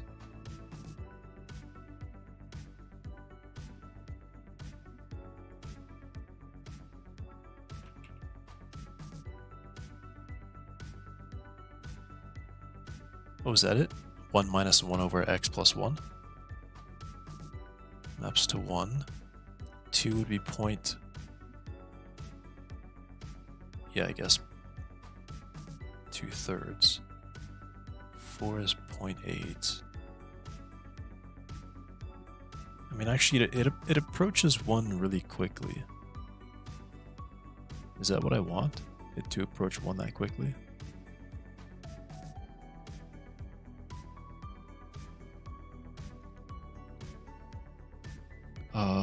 Oh wait, what about the inverse log?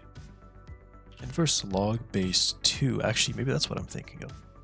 Log base 2. Log base 2 of x.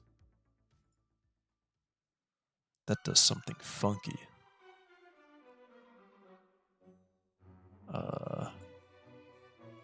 No, I think it's surely not that.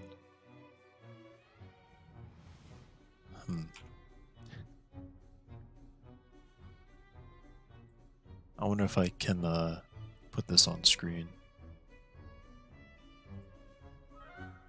I'm going to put this on screen so I'm not looking at nothing.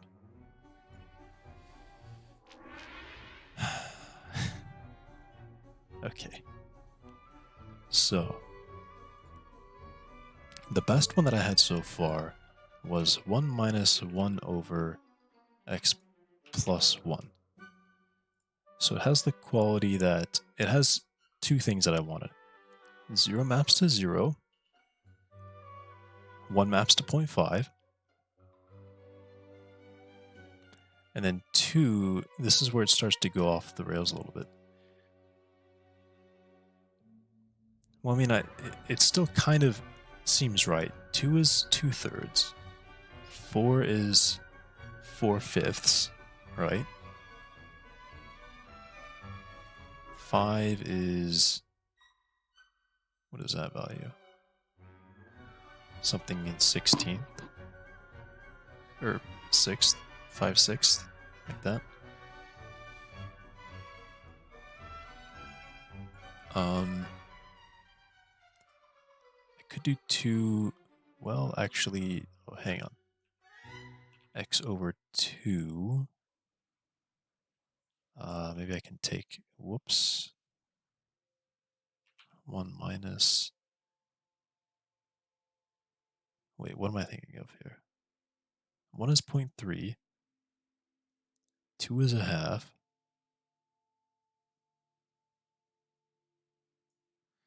I mean, I feel like this doesn't quite do it.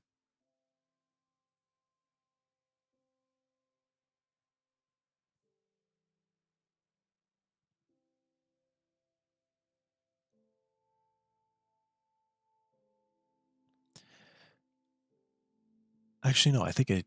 actually, yeah. I don't want 1, an increment of 1 to map to...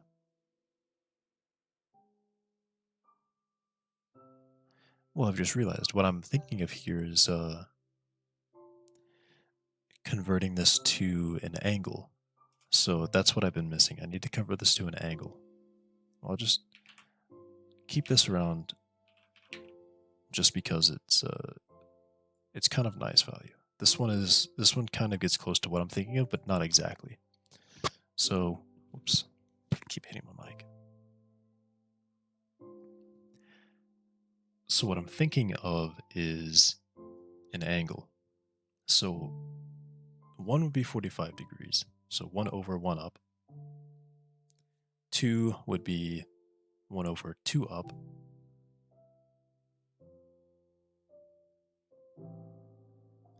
So first of all, we're definitely starting with the 1 over x type deal. So 1 over 1 up. 2 is 1 over 2 up.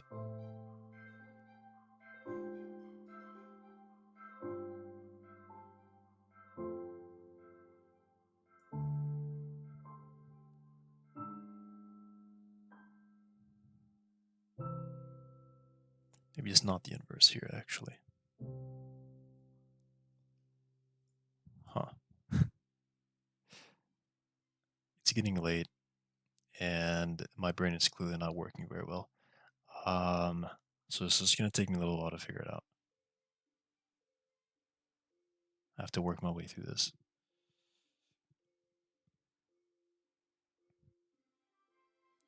So 1 over and 2 up has a higher angle.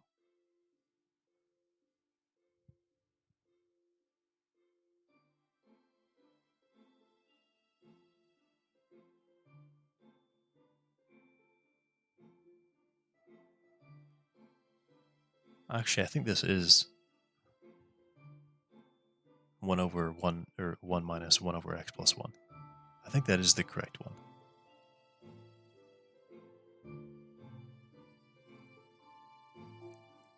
So let's look at this, and let's reason about this. So 1 over 1 up is 0.5, so it's 45 degrees. 2 over 2 up is 0.2 thirds.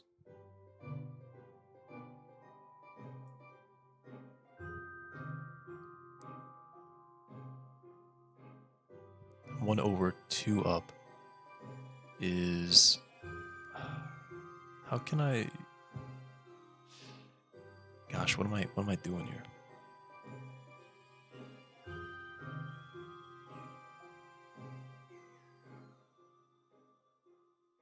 How do I calculate this? How do I calculate the angle from a value? I think I can just do cosine.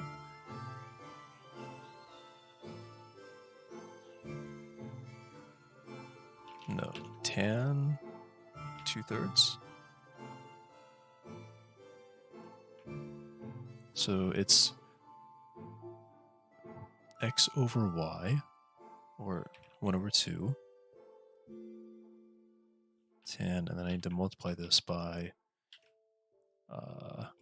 180 over pi here. So 30 degrees. So this should actually be not 30 degrees.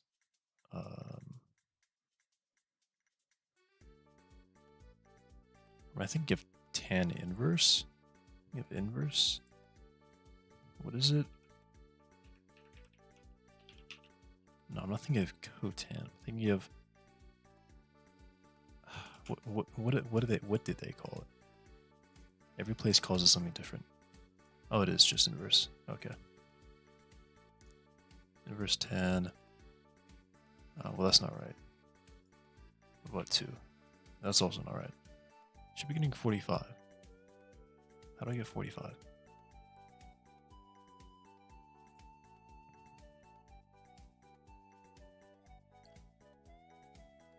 I have an x and a y value, and I want to get an angle. I can't remember how I get that.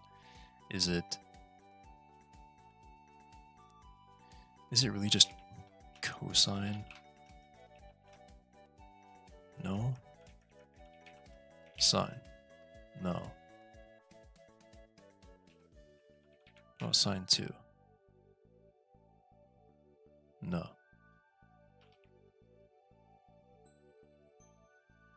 Oh. Wait, no. No. I thought I had to convert that into pi. I don't.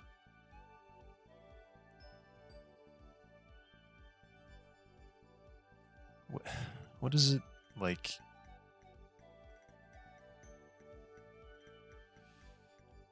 Okay.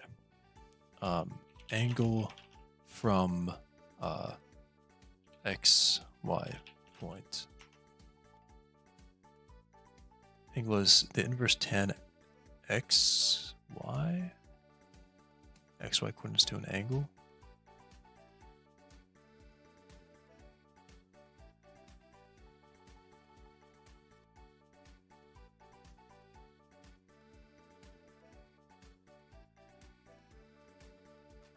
A-tan. I'm seeing a lot of A-tan. A-tan. Is that what they call it here?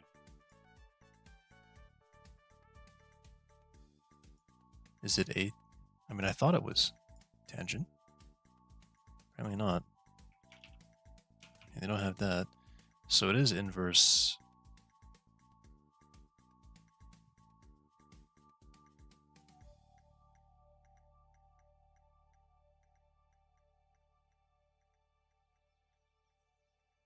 Is it hyperbolic?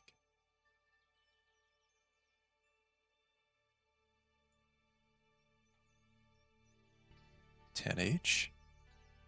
Tan H 1/2? Tan H 2? No. Desmos A10.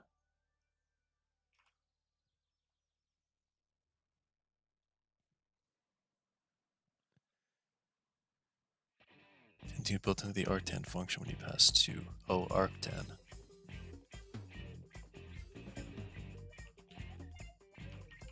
So arctan. Oh, there it is. Well, y and x. So 2, 1. That should have been 45.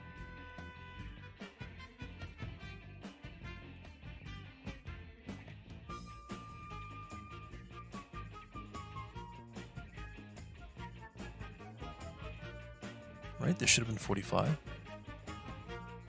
Oh wait, 1 and 1. Okay, it's 45 now. Oh my gosh. That was just absolutely the worst thing I've ever done. Absolutely the worst thing I've ever done. Okay. So then 2 would be the equivalent of 63 degrees. And then arctan 2, 1 is that. I could take, I want the y value, sine, or it'd be sine inverse, undefined. What? Whoops.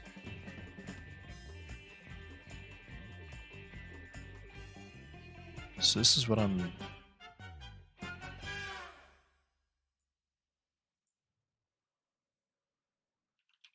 Cosine arctan 2, 1. Oh, 2. I mean,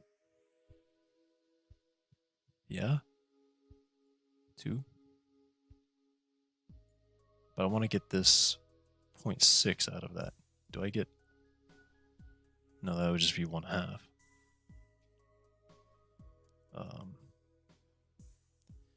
How can I get that out of this?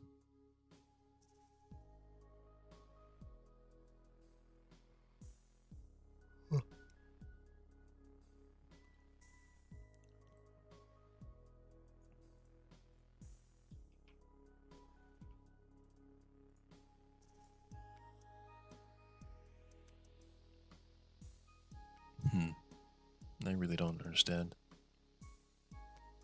Is this supposed to be this value? I feel like it's not. Because what I want to do is I want to follow this arctan.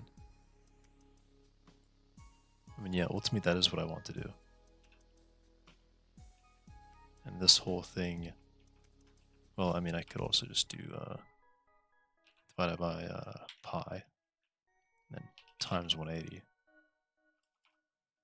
We'll just divide it by pi. So 1 should be, 2/4 apparently. Actually, pi 2, yeah. And that would be this value. This value.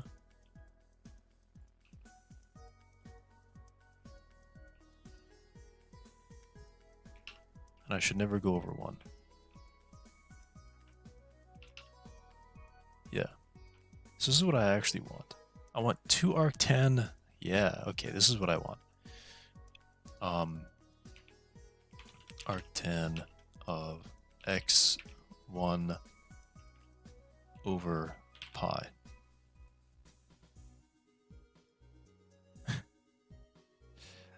I figured it out. This is the function that I want to have.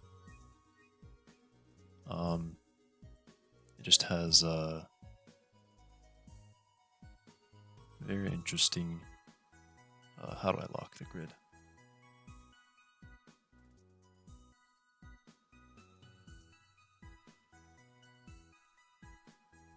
How do I lock a viewport? There we go. X-axis. So -1, I suppose. Up to 10. Y-axis. -1. Up to 1. There, well. -0.1. So this is what the function would look like. And this does make a lot more sense to me. This kind of slope makes way more sense to me.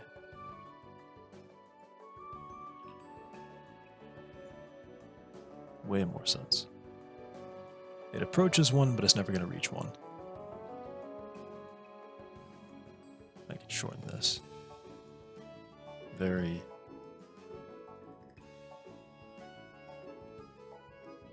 nice.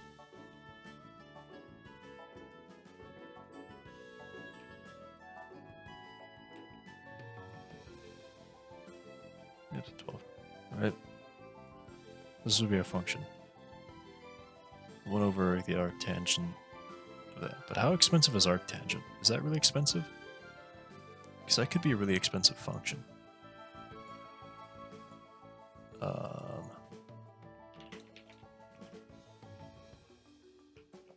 How is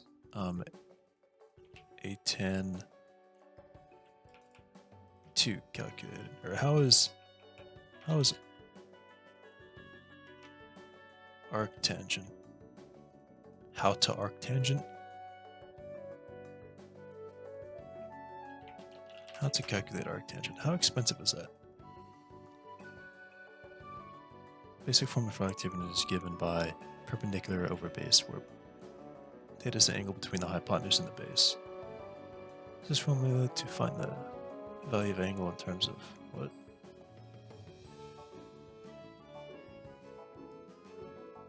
Can be given by... Huh?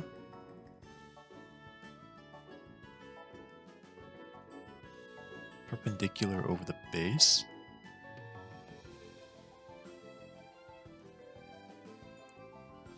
What? Is that the same?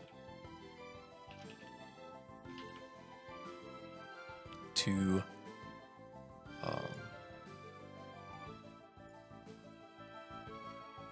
inverse tan perpendicular over the base. So x divided by pi. Oh, that is the same thing. Wow. Okay, it is the same line. Alright, good to know. So I can just do inverse tangent. So how is... Let's make sure I know how inverse tangents go. I think I know how, but...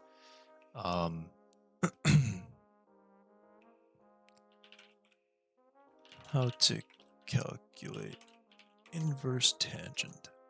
It's just,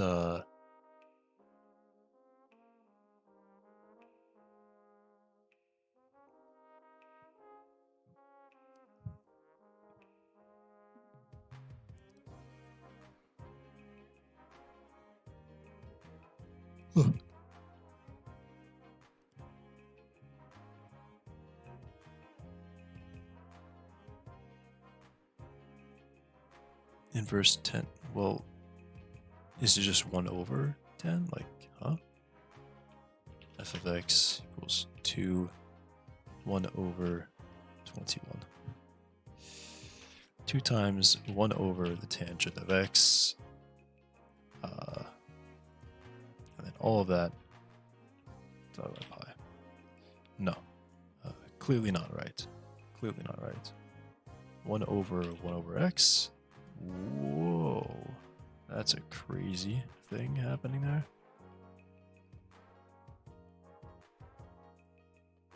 So yeah, inverse tangent is not that.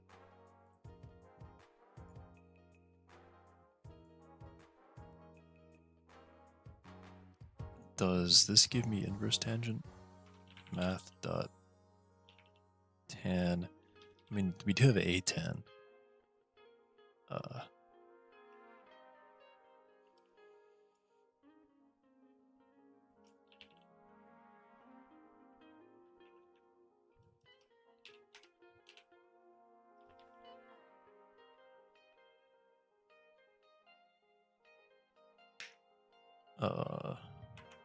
A10.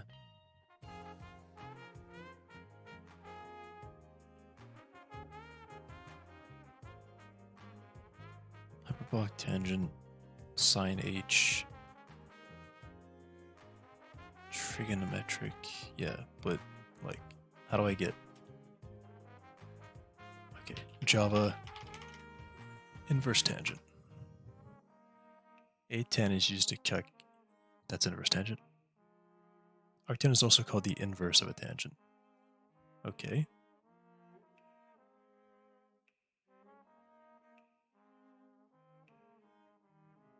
Okay. So I just do like A10 local slope. I mean, it's actually kind of that simple, right? Okay. I think we figured that out. I think we finally figured that out. I want my thing back. Here we go. Okay, so it is 2 times inverse tangent divided by pi. We get this in radians, right? The arctangent and the argument. Range pi over 2, negative pi over 2 through pi over 2. Oh, wait.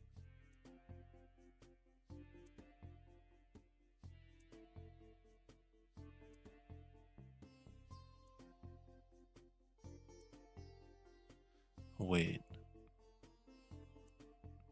Pi over 2, negative pi over 2 through pi over 2. Oh, that's why I multiply by 2. Yeah. Oh, okay. All right. Yes. Local slope. Get back up here. Flat slopes return 0, while infinitely vertical slopes return 1. Yeah. And I'll specifically mention the formula.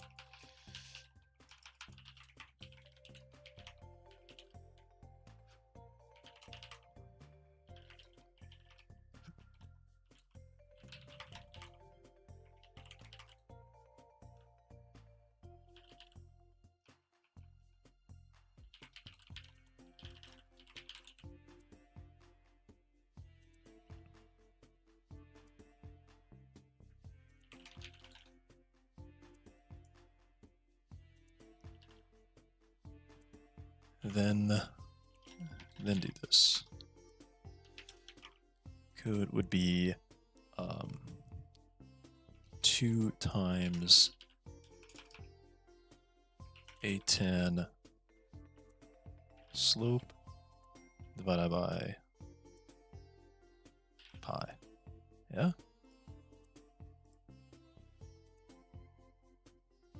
Yeah.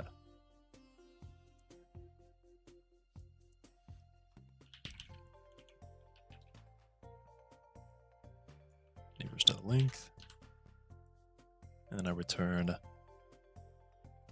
2 times, times. Yeah, this is the thing that gets obnoxious. Okay. Times math.a10 total slope divided by pi cast expression of float. And that should give me a value from 0 to 1, mapping directly to the angle. So 45 degrees is 0.5. Yeah, 1 is 0.5 as I would have anticipated it to be, but then it really tails off quite quickly. It doesn't reach 0.8 until it's like at 3. Until it's after 3. While in the other function, we hit 0.8 at 3. So it's slightly less slope, but it definitely tapers off really fast. It starts to taper off faster and faster. Okay, cool. This is great. I figured out the math. A lot of crazy math. I feel like this local slope might be possibly too much. But I guess we'll find out how this how badly this cripples this cripples terrain generation. I think it won't be so bad. I don't think A10 is that bad of a much of a. I mean, we're calculating it for every block, so it's probably kind of bad. Strict math. What do they do? What is this? It's a native, of course. I mean, you know, I don't know. I mean, surely this will cache values of like 1, 2, 3, stuff like that. This will also be an average, so whatever. Okay. That could be a very expensive function. Maybe to do profile this? Maybe? I don't know. It could be really slow. Because we have to compute the height for 8 neighbors, and then we are computing a tangent,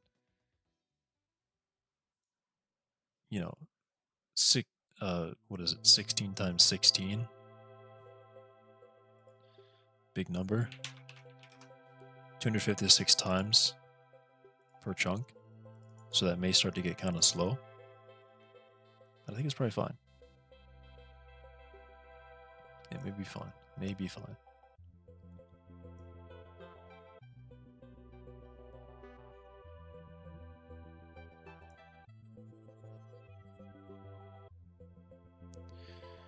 Place first block, then break. Yeah. Break. No longer looking.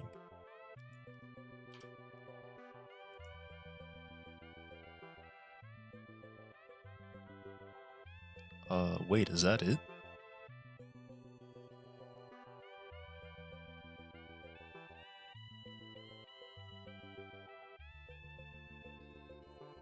These ones are correct, right?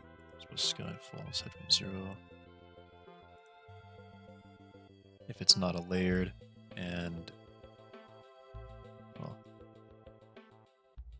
if we miss stone, where is it? If it's stone and blocks to place is not null, set that.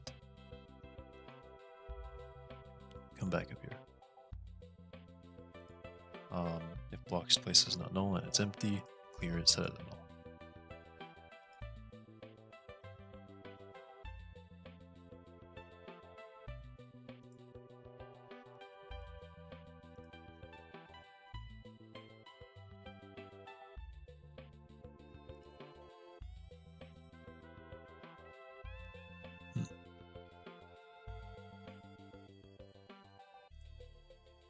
Well, looks like I finished this, which doesn't seem right. It seems a lot shorter than I thought. I mean, like almost all, well, it was a lot of code. A significant portion went into just pre-computing stuff. Fortunately, block beneath. This is never used.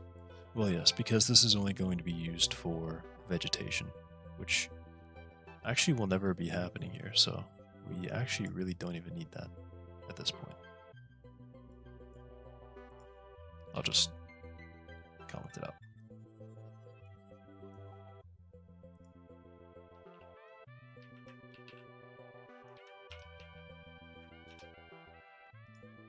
Because yeah, technically we're not going to ever use that. Okay. This may be done here. This may be finished. And technically ready for testing. But I've been going for longer than 4 hours, so I won't be running this on the server. Main reason is because it would take me another 10 something minutes just to load all that configuration. But I'll surely be doing some testing on my own time so that I can get this to work. And then on the next stream, it will just be essentially setting up a world to really go around and check things out and tune these values. Adding in vegetation and biomes. Biomes will partially use some of this.